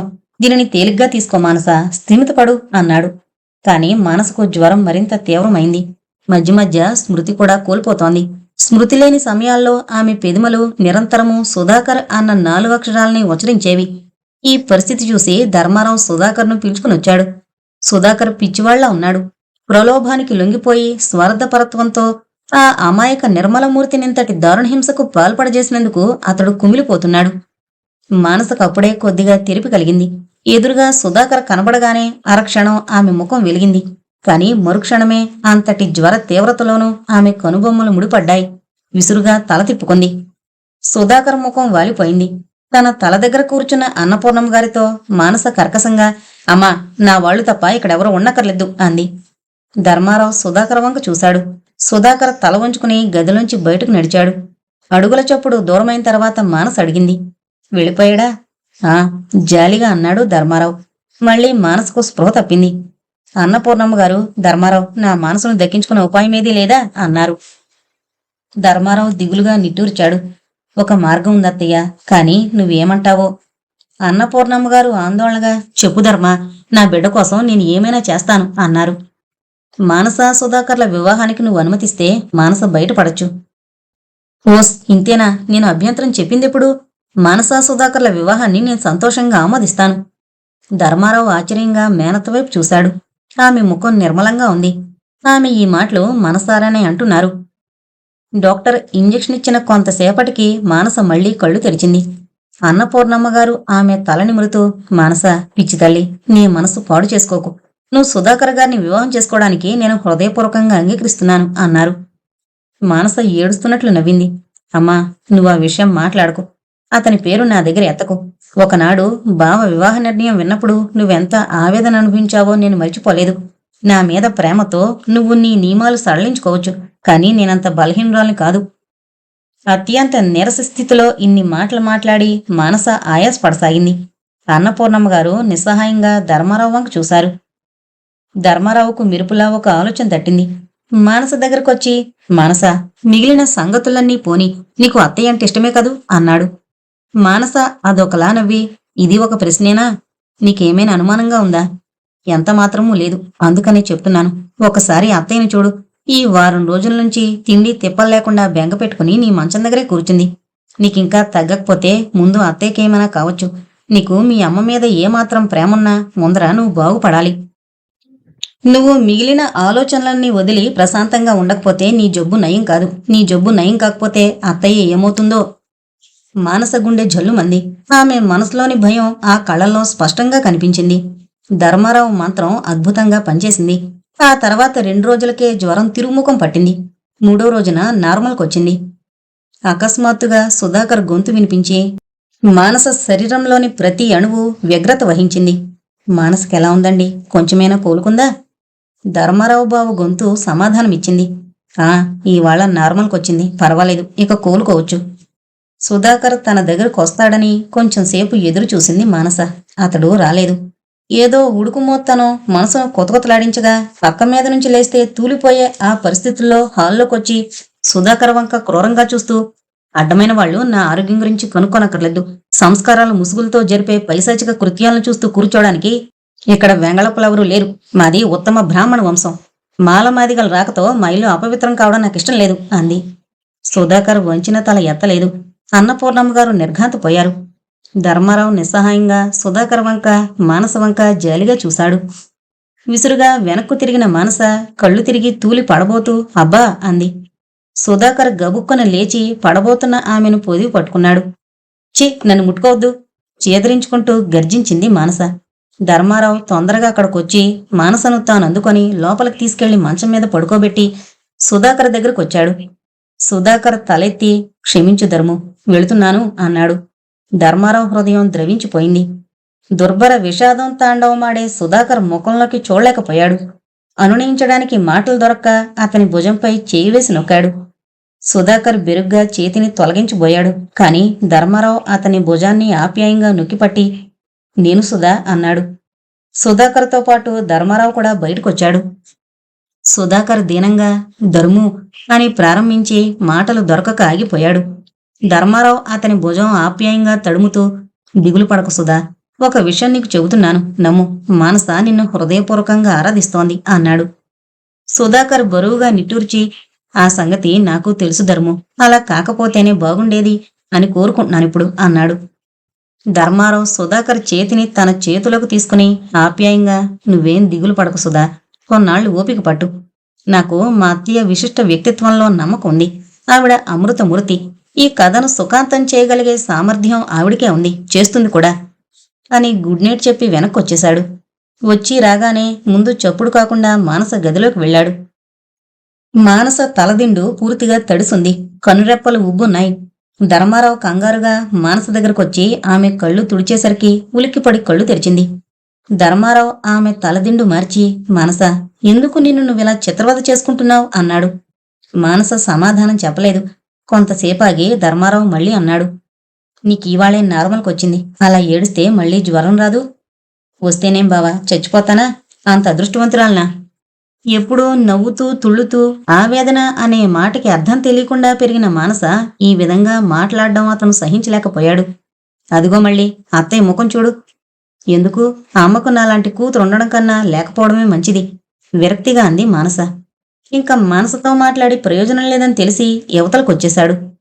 మానసకు జ్వరం పూర్తిగా తగ్గింది. అన్నపూర్ణమ్మ గారు తన ఇష్టదైవానికి మనసారా నమస్కరించి సంతృప్తిగా నీరాజనం సమర్పించుకున్నారు. ఆ రోజు తమ ఇంటి ప్రాంగణంలోని పూల మొక్కల మధ్య నిరాసక్తంగా అటు ఇటూ తిరుగుతోంది మానస. అంతలో కలలోనైనా తనకు నూతనోత్తేజాన్ని కలిగించే కంఠధ్వని వినిపించి మానస చటుక్కున ఆగిపోయి శ్రద్ధగా వినసాగింది. అయితే పూర్తిగా తగ్గినట్లేనా? తగ్గింది బాబుగారు. కానీ ఆ అమ్మేటో ఇది వరకలా లేరు, ఎప్పుడూ దిగులుగుంటారు. ఎప్పుడూ నవ్వుతుండే ఆమె ముఖాన నవ్వే కానరాడం లేదు. ఈ గొంతు తమ నౌకరు వెంకయ్యది. ధర్మారావు వెళ్ళిపోయాడా? ఆ ధ్వని వినవచ్చిన దిక్కుగా ఎత్తైన కాంపౌండ్ గోడవంక ఒళ్లంతా కళ్ళు చేసుకు చూసింది మానస.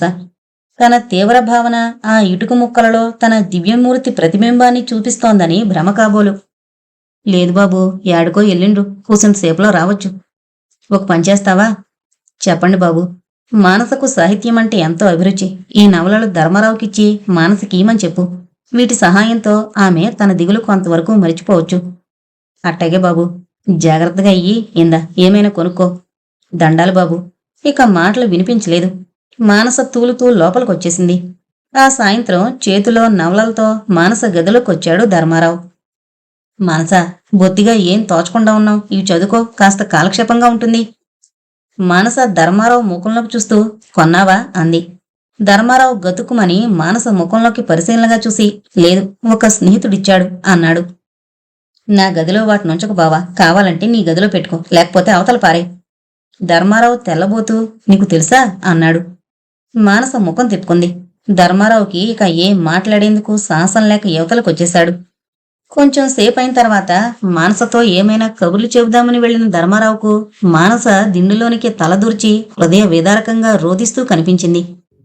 ఆమె మానసిక క్షోభని ఉపశమింపజేయగలిగింది కన్నీరేనని భావించి చప్పుడు చేయకుండా యువతలకొచ్చేశాడు. అత్తయ్య, నేనిక సెలవు పెట్టడానికి వీల్లేదు, రేపు వెళ్ళిపోవాలి అన్నాడు ధర్మారావు అన్నపూర్ణమ్మ గారి దగ్గరకొచ్చి. అన్నపూర్ణమ్మ గారు దిగులు పడిపోయారు. ధర్ము, మానస సంగతి చూస్తున్నావుగా, నాకు దారి తోచడం లేదు. దాన్ని మళ్ళీ మామూలుగా చూడగలమా? అంతా నీ చేతుల్లోనే ఉందత్తయ్య. నువ్వు నచ్చ చెబితే మానస సుధాకర్ను వివాహం చేసుకుంటుంది.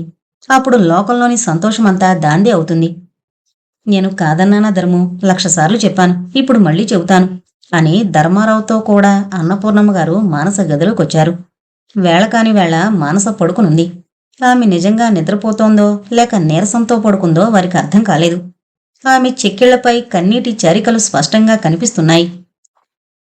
ఆమె కుడి చేతిలో ఒక కాగితం చుట్టుంటే దాన్ని జాగ్రత్తగా తీసి చూశాడు ధర్మారావు. ఆ కాగితం నిండా సుధాకర్ సుధాకర్ అని రాసుంది. ఒక నిట్టూర్పుతో ఆ కాగితాన్ని అన్నపూర్ణమ్మ గారికి ఇచ్చాడు. ఆమె దాన్ని చూసి జాలిగా మానస వంక చూశారు. చాలా నెమ్మదిగా మానస అని పిలిచారు. మానస చటుక్కున కళ్ళు తెరిచింది. ఇప్పుడు నిద్రపోతున్నావేమిటమ్మా? లాలనగా అడిగారు అన్నపూర్ణమ్మ గారు. నిద్రపోవడం లేదమ్మా, ఊరికినే పడుకున్నాను. కొంచెం సిగ్గుపడుతూ అంది మానస. నీతో ఒక సంగతి చెబుదామనొచ్చాను మానస. మానస ప్రశ్నార్థకంగా చూసింది. చూడు తల్లి, నువ్వు సుధాకర్ గారిని ఎంతగా అభిమానిస్తున్నావో నాకు తెలుసు. మీరిద్దరూ భార్యాభర్తలైతే కళ్ళ వేడుకగా చూడాలనుంది. నాకోసమైనా ఆయన వివాహం చేసుకో మానస. మానస నిర్లిప్తంగా తల్లివంక చూసింది.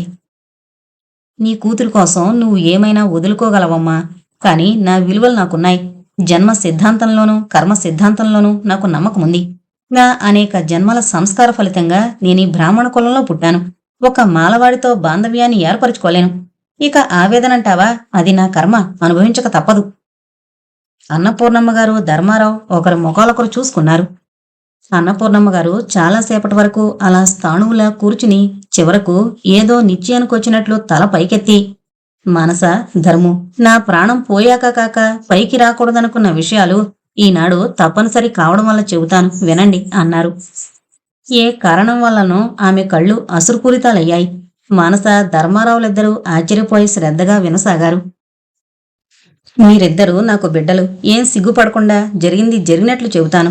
ఆ రోజున పెద్దల నిర్ణయం ప్రకారం అందరూ స్త్రీలలాగే ఎన్నో ఆశలతో, ఎంతో సిగ్గుతో జీవితంలోని సరికొత్త మలుపులో కడుగు పెట్టాను.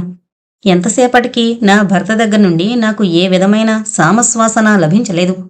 నాకై నేను వారినెలా సమీపించగలను? చాలాసేపటికి వారు నన్ను సమీపించారు. నా గుండె గోగోబులాడింది. నిన్నింత వికారంగా ఏ దేవుడు పుట్టించాడు? కర్కశంగా ఉంది వారి గొంతు. అదిరిపడ్డాను. భర్త దగ్గర నుండి లభించిన తొలి అనురాగం ఇలాంటిది. లజ్జతో తల వంచుకుని నిలబడ్డాను. నీతో ఒక గదిలో ఉండాలంటేనే వెలపరం పుడుతోందే, ఏకసయ్యాగతుణ్ణి ఎలా కాగలను? అంతకంటే కాస్త విషం మింగమంటే హాయిగా ఉంటుంది. వణికిపోయాను. అవమానంతో, అభిమానంతో, ఆవేశంతో మనసు మూలుగుతోంది. అప్పటికీ ఏమీ మాట్లాడలేదు. చింతమొద్దు, ఏది మాట్లాడవేం? ఈ శని బ్రతుకున్నంతకాలం నాకు తప్పదా? అప్పటికి నాకు కొంచెం సంకోచం తగ్గి కొంత స్థైర్యం కలిగింది. ధైర్యంగా ఒకసారి వారి కళ్ళలోకి చూశాను. అవి నిప్పులు కక్కుతున్నాయి. అయినా నాకెందుకనో భయం కలగలేదు. ధైర్యంగా ఆయన వంక చూసి, క్షమించండి, నా వల్ల మీకింత కష్టం కలుగుతుందని నాకు తెలీదు. మీరీ లోకంలోనే ఉండొద్దంటే కూడా అలాగే ఉండకుండా వెళ్ళిపోతాను అన్నాను. ఆయన ఏమీ మాట్లాడకుండా రోషంగా బుసలు కొడుతూ పోయి మంచం మీద పడుకున్నారు. నేను కటిక నేల మీద పడుకున్నాను. ఐహిక విషయాల గురించి నేను దారుణంగా దుఃఖించిన మొదటి రాత్రి, చివరి రాత్రి కూడా అదే. ఆ రాత్రే నన్ను నేను మనస జగత్రక్షకుడైన భగవంతుడికి అర్పించుకున్నాను. ఆ మరునాటి నుండి నేను పక్క వదిలిపెట్టాను. విలాస వస్తువులను వదిలేశాను. అలంకరణకు స్వస్తి చెప్పాను. సుఖదుఖాలకు అతీతంగా ఉండడానికి సాధన చేశాను. కర్తవ్య నిర్వహణ, భగవత్ సేవ, ఈ రెంటితోనూ బతుకంతా నింపుకోవడానికి ప్రయత్నించాను. వారు ఏం చేస్తున్నారో, ఎక్కడకు వెళుతున్నారో, ఎప్పుడొస్తారో ఇవేవీ నేను పట్టించుకునేదాన్ని కాను. గృహకృత్యాలు నిర్వర్తించుకోవడం, వచ్చిన వారికి వడ్డించడం, ఇంతవరకే ఇంటితో నాకు సంబంధం. స్త్రీలు, పురుషులు ఎవరెవరో వచ్చేవారు. ఎవరని నేను అడిగేదాన్ని కాదు. నా శ్రీరామచంద్రునికి తప్ప నా మనసులో మరి దేనికి స్థానం ఉండేది కాదు. నా స్వామిని నేను చేరుకోవాలనే కఠోరమైన వ్రతనియమాలను అవలంబించాను. కాలగమనం కూడా తెలియని ఒకానొక తన్మయత్వంలో నా రోజులు గడిచిపోయేవి. మీరు నమ్మగలరో లేదో, నా హృదయంలో ఏ కొసాన అసంతృప్తి ఉండేది కాదు. ఈ రకంగా ఎన్ని రోజులు గడిచాయో నాకు తెలీదు. ఒకనాడు వారి చేతుల్లో 2 నెలల పసిగుడ్డుతో దీనమైన ముఖంతో ఇంటికొచ్చారు. నేను అప్పుడే పూజ ముగించుకుని యువతలకొచ్చాను. వారా పసికందును కటిక నేల మీద నా పాదాల దగ్గర పడుకోబెట్టారు. ఆ పాప కెవ్వుమంది. అప్రయత్నంగా ఆ పాపను ఎత్తుకుని గుండెలు కదుముకున్నాను. ఆ క్షణంలో స్త్రీకి జన్మసిద్ధమైన మాతృత్వపు మాధుర్యం నా గుండెల్లో నిండి ఆ పాపని ఆవరించినట్లయింది. ఆ పాప రోదన నా స్వామి పిలుపులా వినిపించింది. ఎన్నడూ ఏ భావోద్వేగమూ అనుభవించని నా శరీరం ఆ పసిపాప స్పర్శతో అణువణువు పరవశించింది. ఆ క్షణంలో నేను నిజంగా తల్లిని.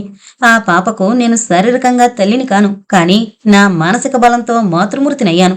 అందుకనే ఆ పాపకు మానస అని పేరు పెట్టుకున్నాను. ఆనాటి నుండి ఐహికమైన నా జీవితమంతా మానసలో కేంద్రీకృతమైపోయింది. ఆ పాప ఎవరని కాని, నాకెందుకు అప్పగించారని కాని నేను వారిని అడగలేదు. కాని వారే చెప్పారు. వారికొక వేశ్యతో సంబంధం ఉండేదట. ఆమె సలహా పైననే వ్యాపారం ప్రారంభిద్దామని తన 10 ఎకరాల పొలం అమ్మితే 80,000 రూపాయలతో సహా మాయమైందట. నోరులేని పసికోన మాత్రం ఆయన పాపానికి సంజాయిషి అడుగుతున్నట్లు ఉండిపోయిందట. వారికి మతి పోయినట్లయిందట. ఆ వేశ్య అద్భుత సౌందర్యవతట. ఆమె పట్ల వారికి అమితమైన లాలన ఉండేదట. డబ్బు పోయినందుకుగాక ఆమె పారిపోయినందుకు వేదన అనుభవిస్తూ ఆ ఇల్లు వదిలి రాబోతుంటే పసిపాప ఆక్రందన వినిపించిందట. మానవత్వం పూర్తిగా నశించలేదు గనక ఆ పసిగొడ్డునెత్తుకుని నాకప్పగించారట. తర్వాత కూడా చాలా రోజులు వారా వేశ్యను తలచుకుని కుమిలిపోతూ ఉండేవారు. కేవలం ఆమె కనబడవచ్చుననే ఆశతో అనేక ఊళ్లకు ప్రయాణమయ్యేవారు. వార్తాపత్రికల్లో ప్రకటించాలనుకున్నారు, కాని పరువు ప్రతిష్టల ప్రశ్న ఉదయించి ఆ ప్రయత్నం విరమించుకున్నారు. మానస ఇంట అడుగుపెట్టిన దగ్గర నుంచి ఆయన ప్రవర్తనలో చాలా మార్పు వచ్చింది. చిట్టి మానసలో ఆమె తల్లిని చూసుకునేవారేమో, క్షణమైనా దానిని వదిలేవారు కాదు. వెనకటి అలవాట్లు కూడా మారిపోయాయి. ఇంటికి ఎవరినైనా తేవడం గాని లేక తాను ఎక్కడికైనా వెళ్లడం గాని పూర్తిగా మానేశారు. 1కి 10 సార్లు నువ్వు దేవతో పూర్ణ, ఇంతటి సహనశక్తి ఔదార్యము ఎవరికీ ఉండదు. దాని కన్నతల్లి కూడా పాపనింత చక్కగా పెంచగలిగేది కాదు అనేవారు. వారలా అన్నప్పుడల్లా నాలో జుగుప్స జనించేది. నేనా పాపను వారి కోసం గాని లేక జాలిచేతగాని నా గుండెల్లో దాచుకోలేదు. ఏ క్షణంలో నా పూజామందిరం ద్వారం వద్ద నా పాదాల దగ్గర రోదిస్తున్న ఆ పాపను అందుకున్నానో ఆ క్షణంలోనే నేనామెకు మానస తల్లినయ్యాను. ఆ పాప నా బిడ్డ. తల్లి బిడ్డను పెంచడంలో దైవత్వం కాని సహనం కాని ఔదార్యం కాని ఏముంటుంది? వారిలో ఇంకొక విచిత్రమైన మార్పు వచ్చింది. రోజూ నా కోసం పూలు పళ్ళు లేక బట్టలు ఏవైనా తెచ్చేవారు. కొన్ని రోజులు వాటి వంక చూడనైనా చూసేదాన్ని కాదు. నన్ను అసహించుకోవడం నీకు న్యాయమే, కాని వీటిని స్వీకరించు పూర్ణ అని ప్రాధేయపడ్డారు. నాకెవరి మీద అసహ్యం లేదు, ఆ మాటే చెప్పాను. ఆ మర్నాటి నుండి ఆయన నాకు బహుకరించే వస్తువులన్నీ స్వీకరించి నా స్వామికి అర్పించుకోవడం ప్రారంభించాను. పూలతో అలంకరించేదాన్ని, పళ్ళు ఆరగింపు చేసేదాన్ని, వస్త్రాలు స్వామి సన్నిధి నుంచి నాకవసరమైతే నేనుంచుకొని లేకపోతే ఎవరికైనా అనాథలకిచ్చేదాన్ని. వారు నిర్ఘాంతపోయేవారు.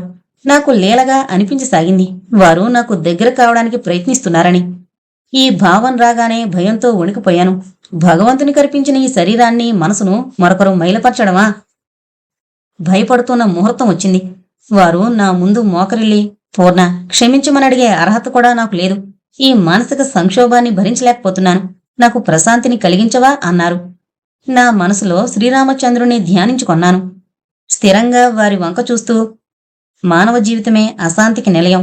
ఎండమావులు వంటి కోరికలు నిరంతరం మానవుని తరుముతుంటే అహమహామికతో ముందుకు పరుగులెత్తే ఈ జీవితంలో విశ్రాంతి ఎక్కడా? ఒక్క భగవత్ సన్నిధిలో తప్ప ప్రశాంతి అనేది ప్రపంచంలో లేదు అన్నాను. ఆయన నా వంక జాలిగా చూస్తూ, ఆనాడు ఆమె నన్ను హత్య చేయకుండా ఎందుకు పారిపోయిందో అర్థం కావడం లేదు అన్నారు. నేను గతుకుమన్నాను. ఎందుకలా మాట్లాడతారు? మానవ జీవితం కర్మాధీనం. సంచితాగామి ప్రారబ్ధ కర్మలు జ్ఞాతాజ్ఞాత రీతుల్లో మన వెన్నుతట్టి నడిపిస్తూనే ఉంటాయి. మనను మనం తెలుసుకుని కర్మను జయించినాడు తప్ప మన అభిష్టాలకు మన అదృష్టాలకు సంబంధం ఉండదు. ఆ స్థితికొచ్చినాడు అదృష్టానికి దురదృష్టానికి భేదమే లేకుండా పోతుంది. వారికి నా మాటలు అర్థమయ్యాయో లేదో తెలీదు. ఒక రకమైన విసుగుదల వారి కళ్ళల్లో ప్రకటితమైంది. నా మీద నీకు దయ కలగదా అన్నారు. వారి మనోచాంచల్యానికి నాకు నవ్వొచ్చింది. మీకు యథార్థాన్ని చెబుతున్నాను, వినండి. సౌందర్యానికి ప్రపంచంలో చాలా ప్రధానమైన స్థానం ఉంది. కొందరు సౌందర్యాన్ని దర్శించి ఆనందిస్తారు, మరికొందరు లాలనతో దానిని అనుభవించాలని కాంక్షిస్తారు. ఇంకా కొంతమంది విపరీతమైన సౌందర్యారాధనతో తమ జీవితాన్ని సౌందర్యానికి అంకితం చేసుకుని అందులో విలీనమైపోతారు. మీరీ 3వ తెగకు చెందినవారు. ఈనాడు జాలో గౌరవమో మిమ్మల్ని నా సమీపానికి తెచ్చుండొచ్చు.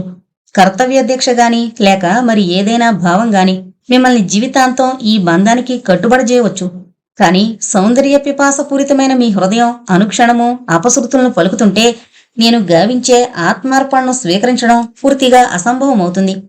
మీరు మిమ్మల్ని మరిచిపోయేలాగా పరవశింపజేసి రసజగత్తులోకి తీసుకుపోగలిగే సామర్థ్యం నా శరీరానికి లేదని నాకు తెలుసు. దయచేసి నన్ను రెంటికి చెడ్డ రేవణ్ణి చేయకండి అని చేతులు జోడించాను. ఏమనుకున్నారో ఏమో, ఆయన మౌనంగా వెళ్ళిపోయారు. ఆ తర్వాత నన్ను మరి సమీపించనేలేదు. మన కుటుంబాలు ఆచార సాంప్రదాయాలకు ప్రసిద్ధికెక్కినవి. బాల్య వివాహాలు, మూఢనమ్మకాలు, వెర్రి చాదస్తాలు వేళ్లూనుకుపోయిన వంశాలు మనవి.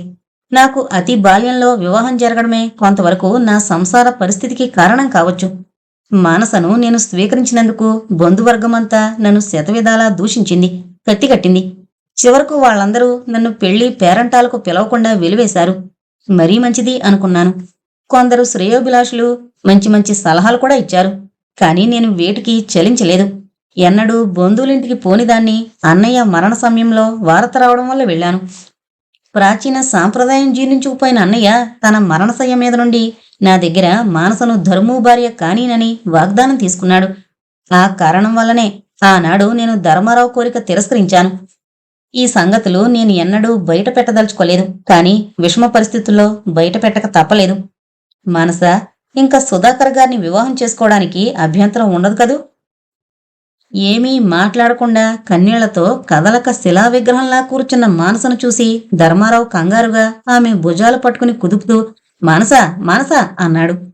మానస శూన్యంగా ధర్మారావు వంక చూసింది. ఎందుకంత కంగారు బావా? సారీ, క్షమించు.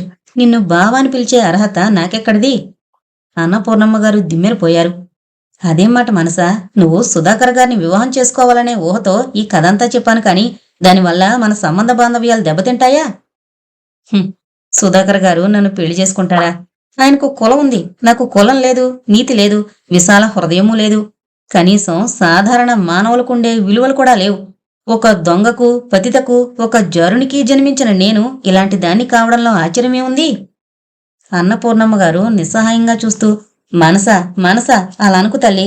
నీకు నేను పెట్టిన పేరే నువ్వు నా బిడ్డవని ఘోషిస్తుంటే నువ్విలా మాట్లాడడం న్యాయమేనా అన్నారు. మానస సమాధానం చెప్పలేదు. వంచిన తల ఎత్తలేదు. అన్నపూర్ణమ్మగారి వంక చూడనైనా లేదు. ఆ తిరస్కారం కొరడా దెబ్బలా చెల్లున ఆమె హృదయానికి తగిలింది. ఆ తీవ్ర ఘాతానికి ఆమె హృదయం విలవిల్లాడిపోయింది. పసితనం నుండి ఏనాడు ఈ తూష్ణీభావం కూడా మానస తల్లి పట్ల ప్రదర్శించి ఎరుగదు. ఈనాడు ఈ కథ విన్న మానస తనను మాతృస్థానం నుండి బహిష్కరించిందా? 20 ఏళ్ల తమ అనుబంధానికిదే పర్యవసానమా? నేటి సమాజానికి ఎదురీది తన గుండెల్లో దాచుకుని పెంచిన అనురాగానికి ఇదా ప్రతిఫలం? ధర్మారావుకు పరిస్థితి అయోమయంగా ఉంది. వెంటనే అతడు లేచి వెళ్లి సుధాకర్ను వెంటబెట్టుకుని వచ్చాడు. సుధాకర్ గదిలోకి రాబోతూ సందేహంగా గుమ్మం దగ్గర ఆగిపోయాడు. అడుగుల చొప్పుడుకు తలెత్తిన మానస కళ్ళు జాలిగా బెదురుగా చూసే సుధాకర్ కళ్లల్లో కలుసుకున్నాయి. మరుక్షణంలో ఆమె కళ్ళు అసురులతో నిండిపోయాయి. 2 చేతులతోనూ ముఖం కప్పుకుంది. ధర్మారావు అమ్మయ్య అనుకున్నాడు. మానసలో ఈ విధమైన సంచలనం కలిగించడం కోసమే అతడు సుధాకర్ను తీసుకునొచ్చాడు. ధర్మారావు సైగతో సుధాకర్ మానస దగ్గరకొచ్చి మానస, నీ సమస్య ఈ కాలపది కానే కాదు. వ్యర్థంగా విపరీతమైన ఆవేదనను అనుభవిస్తున్నావు. ఇలా చూడు, నీ పెదిమలపై చిరునవ్వు చూడడం కోసం ఏం చేయడానికైనా సిద్ధంగా ఉన్నాను. నా మాట వినవు అన్నాడు అనురాగం ఉట్టిపడే కంఠస్వరంతో. ఆ అనునయస్వరం మానస మనసును మరింత కదిలించింది. ఆమె కన్నీళ్లు ఆగడం లేదు. వెక్కిళ్ల మధ్య మీరంతా వినేవచ్చారా అంది. అంతా విన్నాను. ఇందులో కొంప మునిగిపోయిందేముంది? ఈ కులతత్వాలు మంచుతెర వంటివి. ఒకనాటి వాతావరణంలో అవి దృఢత్వాన్ని వహించి సంఘక్షేమానికి ఆవశ్యకమయ్యాయి. ఈనాటి వాతావరణంలో అవి తిరిగిపోయి నామమాత్ర వశిష్టాలయ్యాయి. ఏమీ లేనిదానికి అత్యధిక ప్రాధాన్యమిస్తున్నావు. జన్మజన్మల సంస్కారాన్ని అనుసరించి మానవుడు జన్మించడము వగేరా ఎంత ఆధారరహితమైన అభిప్రాయాలో బోధపడింది కదా? బోధపడింది. నా అభిప్రాయాల్లో ఏమీ దోషం లేదు. అవును, నా సంస్కారం అటువంటిది కనుకనే ఒక వేశ్య గర్భాన జన్మించాను. శిక్షణ వలన కొంత సంస్కారం అలవడ్డా నా జీవన లక్ష్యంలో ఆ చాంచల్యం ఉండనే ఉంది. కాబట్టే మీరు నిగ్రహంతో దూరంగా ఉన్నా నేనే మీకు దగ్గర కావడానికి ప్రయత్నించాను. మీరు తటస్థంగా ఊరుకున్నా నేనే నా మనసును మీ ముందు బయట పెట్టుకున్నాను. తమ అనేక జన్మల సంస్కారాన్ని అనుసరించి మానవులు తమ జీవన మార్గాన్ని మలుచుకుంటారనడానికి ఇంతకంటే నిదర్శనం ఏం కావాలి? నా మీద అనురాగంతో మీరు నన్ను స్వీకరించడానికి స్థిరపడినా మిమ్మల్ని మనసారా అభిమానిస్తున్న నేను మీకంతటి దురదృష్టానికి కలిగించను. ధర్మారావు, సుధాకర్, అన్నపూర్ణమ్మగారు కూడా తలలు పట్టుకున్నారు. మానస అన్నపూర్ణమ్మగారు వంక తిరిగి చూడకుండానే ఇన్నాళ్లు దయతో కాపాడారు. ఇంకా నా బ్రతుకు నేను బ్రతుకుతాను అంది. అమ్మ అనైనా పిలవలేదు. అన్నపూర్ణమ్మగారికి తన గుండెలను రంపంతో కోస్తున్నట్లుంది. తొలి యవ్వనంలో జీవితం మీద ఎన్నో ఆశలతో అందమైన కలలతో చేరబోయిన తనను క్రూరంగా భర్త తిరస్కరించినాడు కూడా ఆమె ఇంతటి ఆవేదనను అనుభవించలేదు. అంతవరకు అన్నపూర్ణమ్మగారి కన్నీరెవరూ చూడలేదు. ఆ సమయంలో నిరాసక్తమైన ఆమె కళ్ళ నుండి 2 నీటి బిందువులు జారాయి. గాదిగాదికంగా గంభీరంగా, మనస, నీకు జన్మ ఎవరిచ్చారనేది ముఖ్యమైనట్లుంది. 2 నెలల పసికందుని నిన్ను ఆనాడు నా మనసులో ఇముడ్చుకున్నాను. నా మనసులో నీకు తల్లినయ్యాను. దానికి విలువే లేదంటావా? ఎక్కడో ఎవరికో పుట్టి నాకు కూతురివి కావడమే ఈ రకమైన భావాల్లోని బలహీనతకు నిదర్శనం కాదా అన్నారు. మానస విసురుగా తలెత్తింది. ఆమె కళ్లల్లో నుండి నిప్పులు రాలుతున్నాయి. ఆమె తల్లితో ఆ విధంగా మాట్లాడడం ఎవరూ చూడలేదు. చనువుగా నువ్వు అనైనా సంబోధించలేదు. మీరు అత్యద్భుతమైన ఆత్మౌన్నత్యము కలిగిన వారు, జాలిగుండె కలవారు, లోకంలోని సమస్త ప్రాణులను సమాన భావంతో ఆదరించగలిగినవారు. కాని నన్ను కూతురుగా మాత్రం మీరు స్వీకరించలేదు. నేనే మీ కూతురునైతే నన్ను ముట్టుకున్నప్పుడు కూడా స్నానం చేయవలసిన అవసరం వచ్చేదా? మీ భగవంతుడి గదిలోకి అడుగుపెట్టే అర్హత నాకు లేకుండా పోయేదా? మీ మేనల్లుడు పంచము కొలజను చేసుకుంటానంటే తల్లడిల్లిపోయిన మీరు సుధాకర్తో నా వివాహానికి అంత తేలిగ్గా ఎలా సమ్మతించగలిగారు? మీలో కులభావమే లేకపోతే ధర్మారావు గారు నిరంజన్ని చేసుకుంటానన్నప్పుడు అంత ఆవేదన దేనికి? మీరు నన్ను అపారమైన దయతో ఆదరించారు కాని నాకు తల్లి మాత్రం కాలేకపోయారు. నేను మీ బిడ్డను కాను ఒకనాటికి కాలేను. వెర్రి ఆవేశంతో ఈ మాటలన్న మానస స్మృతి తప్పిపోయింది. ఆమె ఇటీవలే తీవ్రమైన జ్వరం పడి లేచింది. అసలామెకు కలిగిందే మనోవ్యాధి. ఒక దెబ్బ నుండి పూర్తిగా కోలుకోకుండానే మరొక దారుణమైన దెబ్బ తగిలింది. ఈ దెబ్బ మరీ అసాధారణమైంది. ఆమె ఆరాధనకు, ఆమె అహంకారానికి, ఆమె వ్యక్తిత్వానికి దెబ్బ. ఏ ఆధారం మీద సగర్వంగా తాను నిలబడిందో ఆ ఆధారమే సమూలంగా నాశనమైంది. ఈ దెబ్బకు మానస తట్టుకోలేకపోయింది. శంకరశాస్త్రి గారు డాక్టర్ని తీసుకొచ్చారు. అన్నపూర్ణమ్మ గారు ఈ పరిస్థితుల్లోనైనా గతమంతా బయలుపరచడం ఆయనకిష్టం లేదు. కానీ నిస్సహాయులు. తన మానసను ఏ విధంగా దక్కించుకోవాలో అర్థం కాలేదాయనకు. డాక్టర్ మానసను పరీక్షించి పెదవి విరిచాడు. సుధాకర్ పసిపాపలా గొల్లుమన్నాడు. ధర్మారావు తన ఆవేదన్ని అణుచుకుంటూ అన్నపూర్ణమ్మ గారిని సముదాయించడానికి ప్రయత్నిస్తున్నాడు. అంతలో అన్నపూర్ణమ్మ గారు చటుక్కున 20 ఏళ్ల మానసను పసిపాపలా చేతుల్లో ఎత్తుకుని తాను నిత్యమూ ప్రార్థించే తన ఆరాధ్య దైవం శ్రీరామచంద్రుని పాదాల దగ్గర పడేసి చేతులు జోడించారు. ఐహికమైన సమస్త విషయాలను తనను అతీతురాల్ని కావించుకున్న ఆ కర్మయోగిని ఆ క్షణంలో చేతులు జోడించి ఏమని ప్రార్థించారో. బహుశా నిర్మల ప్రవర్తనకు, దృఢవ్రత పరిపాలనకు, స్వచ్ఛమైన ఆదరణకు విలువనేదుంటే మానస తన బిడ్డనన్న విషయం రుజువు చేయమని కావచ్చు.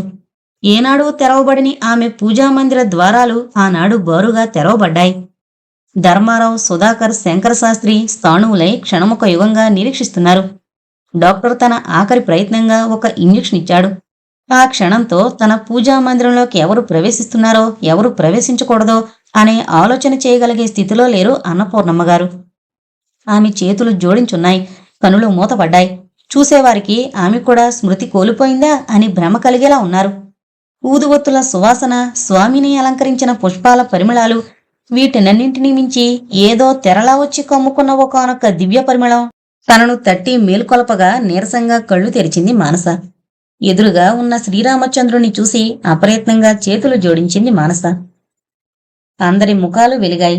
డాక్టర్ అదంతా తన ప్రజ్ఞ అయినట్లు మీసం వెలివేసుకున్నాడు. తన పక్కనే సమాధినిష్ఠురాలైన యోగినిలా చేతులు మోడ్చి కూర్చున్న తల్లిని చూసి అమ్మా అంది మానస. నీరసమైన కంఠధ్వనితో మధురమైన ఆమె పిలుపుకు కళ్ళు తెరిచారు అన్నపూర్ణమ్మగారు. చిరునవ్వు వెలిగే మానస ముఖ సందర్శనం ఆమెకు భగవత్ సాక్షాత్కారమైనంత ఆనందాన్ని కలిగించింది. మానస తలను ప్రేమగా తన ఒడిలోకి తీసుకుని మానస అన్నారు. అమ్మా, నా కోసం నీ నియమాలన్నీ వదులుకున్నావా అంది మానస. ప్రేమ, జాలి, ఆనందము కలిసి. అన్నపూర్ణమ్మగారు మానస నోరు మూసి నువ్విప్పుడేమీ మాట్లాడకు, నీకు తర్వాతంతా వివరంగా చెబుతాను అన్నారు. సుధాకర్ సాయంతో అన్నపూర్ణమ్మగారు మానసను మంచం మీద పడుకోబెట్టారు. డాక్టర్ వైద్యం కంటే సుధాకర్ నిరంతర సాన్నిధ్యం మానసను త్వరలోనే పరిపూర్ణ ఆరోగ్యవంతురాల్ని చేసింది. మానస పూర్తిగా కోలుకున్న తర్వాత ఆమెను తన పూజా మందిరంలో తన పక్కగా కూర్చోబెట్టుకుంటూ అన్నపూర్ణమ్మగారు ఇలా అన్నారు. మానస, భగవంతుని సాక్షిగా చెబుతున్నాను విను. నిన్ను పూజా మందిరంలోకి రానీకపోవడానికి, పూజకు ముందు నిన్ను ముట్టుకుంటే స్నానం చేయడానికి కారణం నువ్వు వేశ్యాకుల సంజాతవు కావడం కాదు. నా జీవితానికి పరమార్థం ఈ స్వామి పాదసేవ మాత్రమే. ఈ విషయంలో నేను స్వార్థపరురాలనయ్యాను. నేను పూజ చేసే సమయంలో ఇంకొకరు నా పక్కన ఉండడం కానీ, అసలు ఇంకొకరు ఎవరైనా నా మందిరంలోకి ప్రవేశించడం కానీ సహించలేకపోయేదాన్ని. నేను పూజకు కూర్చోబోయే ముందు నన్ను ఎవరైనా ముట్టుకుంటే ఐహికమైన విషయవాసనలు నన్ను ఆవరించినట్లు అనుభూతి చెంది తిరిగి స్నానం చేసేదాన్ని. అది నీ ఒక్కదాని విషయంలోనే కాదు, ఎవరైనా అంతే జరిగేది. కాని మనింట్లో నా పూజా మందిరంలోకి రావడానికి ప్రయత్నించేది, నన్ను ప్రత్యేకం ముట్టుకునేది నువ్వొక్కదానివే కావడం వలన నీ ఒక్కదాని విషయంలోనే ఇలా జరుగుతుందని నువ్వు భావిస్తున్నావు. ఇక ధర్ము సంగతి. అన్నయ్య నిన్ను ధర్మును భార్యాభర్తలు కానియొద్దని నన్ను కోరింది తన వంశంలో వర్ణసంకరం జరగరాదనే ఉద్దేశంతో, అంతేకాని నీ మీద ప్రత్యేకమైన కక్షతో కాదు. అలాంటప్పుడు ధర్ము నిరంజని చేసుకుంటే అన్నయ్య ఆత్మ శాంతిస్తుందా? అందుకని ఆవేదన పొందాను. జన్మతః నాలో జీర్ణించుకుపోయిన ఆచారాలను నేను భౌతికంగా పాటిస్తాను. క్రమరహితమైన జీవనం కంటే క్రమబద్ధమైన జీవనమే హృదయ వికాసానికి ఎక్కువ తోడ్పడుతుందని నా భావన. తొలి నుండి నేను అలాంటి క్రమాన్ని వదిలివేయవలసినంత ప్రత్యేకమైన అవసరం నాకు కనపడలేదు. నా హృదయానికి సమస్త ప్రాణికోటి సమానమే. అదీగాక నీకు సుధాకర్కు నడుమగల అనురాగం సత్యమైందని నాకనిపించింది. నాకు దూరమైన జీవన సౌభాగ్యాన్ని నీకైనా అందజేయాలనే తపనతో నేను వెంటనే మీ వివాహానికి అంగీకరించాను. ఇప్పుడు నన్ను అర్థం చేసుకోగలవనుకుంటాను. మానస ముఖం సిగ్గుతో కందిపోయింది. నన్ను క్షమించమ్మా. నువ్వు నా కన్నతల్లివి కావాలన్న నగ్న సత్యాన్ని జీర్ణించుకోలేని ఉన్మాదావస్థలో ఇష్టమొచ్చినట్లు వాగాను. నీ ఔన్నత్యాన్ని కనీసం అర్థం చేసుకోగలిగే శక్తి కూడా మాకు లేదు. అన్నపూర్ణమ్మ గారు నిర్వికారంగా నవ్వారు. పోనీలే, మంచిదే జరిగింది. నేను ఇంకో పాఠం నేర్చుకున్నాను. నాలోని కొద్దిపాటి సంకుచితత్వం కూడా వదిలిపోయింది. మనసులో ఏకాగ్రత ఉండాలే కాని ఏకాంతం దేనికి? మీ అందరి సమక్షంలోనే నా స్వామిని ఆరాధిస్తాను. నిరంజని ధర్మారావులకు, మానస సుధాకర్లకు ఒకసారే వివాహాలు జరిగాయి. నిరంజని ధర్మారావులు, మానస సుధాకర్లు భక్తితో అన్నపూర్ణమ్మ గారి పాదాలకు నమస్కరించారు. ఆమె సాదరంగా ఆ నవదంపతులను ఆశీర్వదించారు. వానలు, వరదలు, తీయని సెలయేళ్లు, ఉప్పుటేరులు, సమస్త జీవనదులు సాగరంలో విలీనమయ్యి అనంత గంభీర జలరాశి మాత్రమే దృగ్గోచరమైనట్లు అన్నపూర్ణమ్మ గారి దివ్య మానవత్వంలో సమస్త కులాలు విలీనమయ్యి భేదభావం లేని గాఢానురాగమే అందరినీ ఆవరించుకుంది. మానస నిరంజనులు ఒకరికొకరు వదిన అని చిలిపిగా సంబోధించుకుని వేళకోళాలు చేసుకున్నారు. నిరంజని ధర్మారావులు మెడ్రాస్ వెళ్లిపోయారు. కొత్త కోడలు తనకు పాదాభివందనం చేసినప్పుడు సీతమ్మ తెగ మురిసిపోయింది. నేను మాలవాణ్ణి, నన్ను ముట్టుకోకు అన్నాడు సుధాకర్ కొంటిగా. మానస అంతకంటే చిలిపిగా, మాలేమిటి మాదిగేమిటి, నన్నెవడు పోషిస్తే వాడే నాకు దేవుడు అంది. ఇద్దరూ నవ్వుకున్నారు. సుధాకర్ గేలి చేస్తున్నట్లు, ఇప్పటికైనా నీ జన్మ సిద్ధాంతాలు, జన్మాగత సంస్కారాలు ఈ గొడవ వదిలిపెడతావా అన్నాడు. మానస పెంకిగా, ఒక్కనాటికి వదిలిపెట్టను. నా పూర్వజన్మ సంస్కారం మహోత్కృష్టమైంది కనుకనే ఒక వేశ్యకు జన్మించిన అమ్మ వంటి దివ్యురాలి చేతిలో పెంచబడ్డాను. మీ వంటి ఉత్తముణ్ణి భర్తగా పొందగలిగాను. కులభేదాలు మంచుతెరల వంటివని, ఒక వాతావరణంలో దృఢమై సంఘ సంక్షేమానికి ఆవశ్యకమైనవి నేటి వాతావరణంలో వాటి అస్తిత్వమే కరిగిపోతుందని అర్థం చేసుకోగలగడమే కాక అనుభవంలోకి తెచ్చుకోగలిగాను అని నవ్వింది. సుధాకర్ ఓడిపోక తప్పలేదు. తన ఓటమిని అంగీకరించలేక తాను నిశ్చయంగా ఆమెని ఓడించగలిగే మరొక మధురమైన మార్గాన్ని గురించి ఆలోచించసాగాడు. ఇంతటితో సాగర సంగమం అనే నవల కంప్లీట్ అయిందండి. ఈ నవల మీ అందరికీ నచ్చిందా లేదా అనేది నాకు కామెంట్స్ రూపంలో తెలియజేయగలరు. Thank you.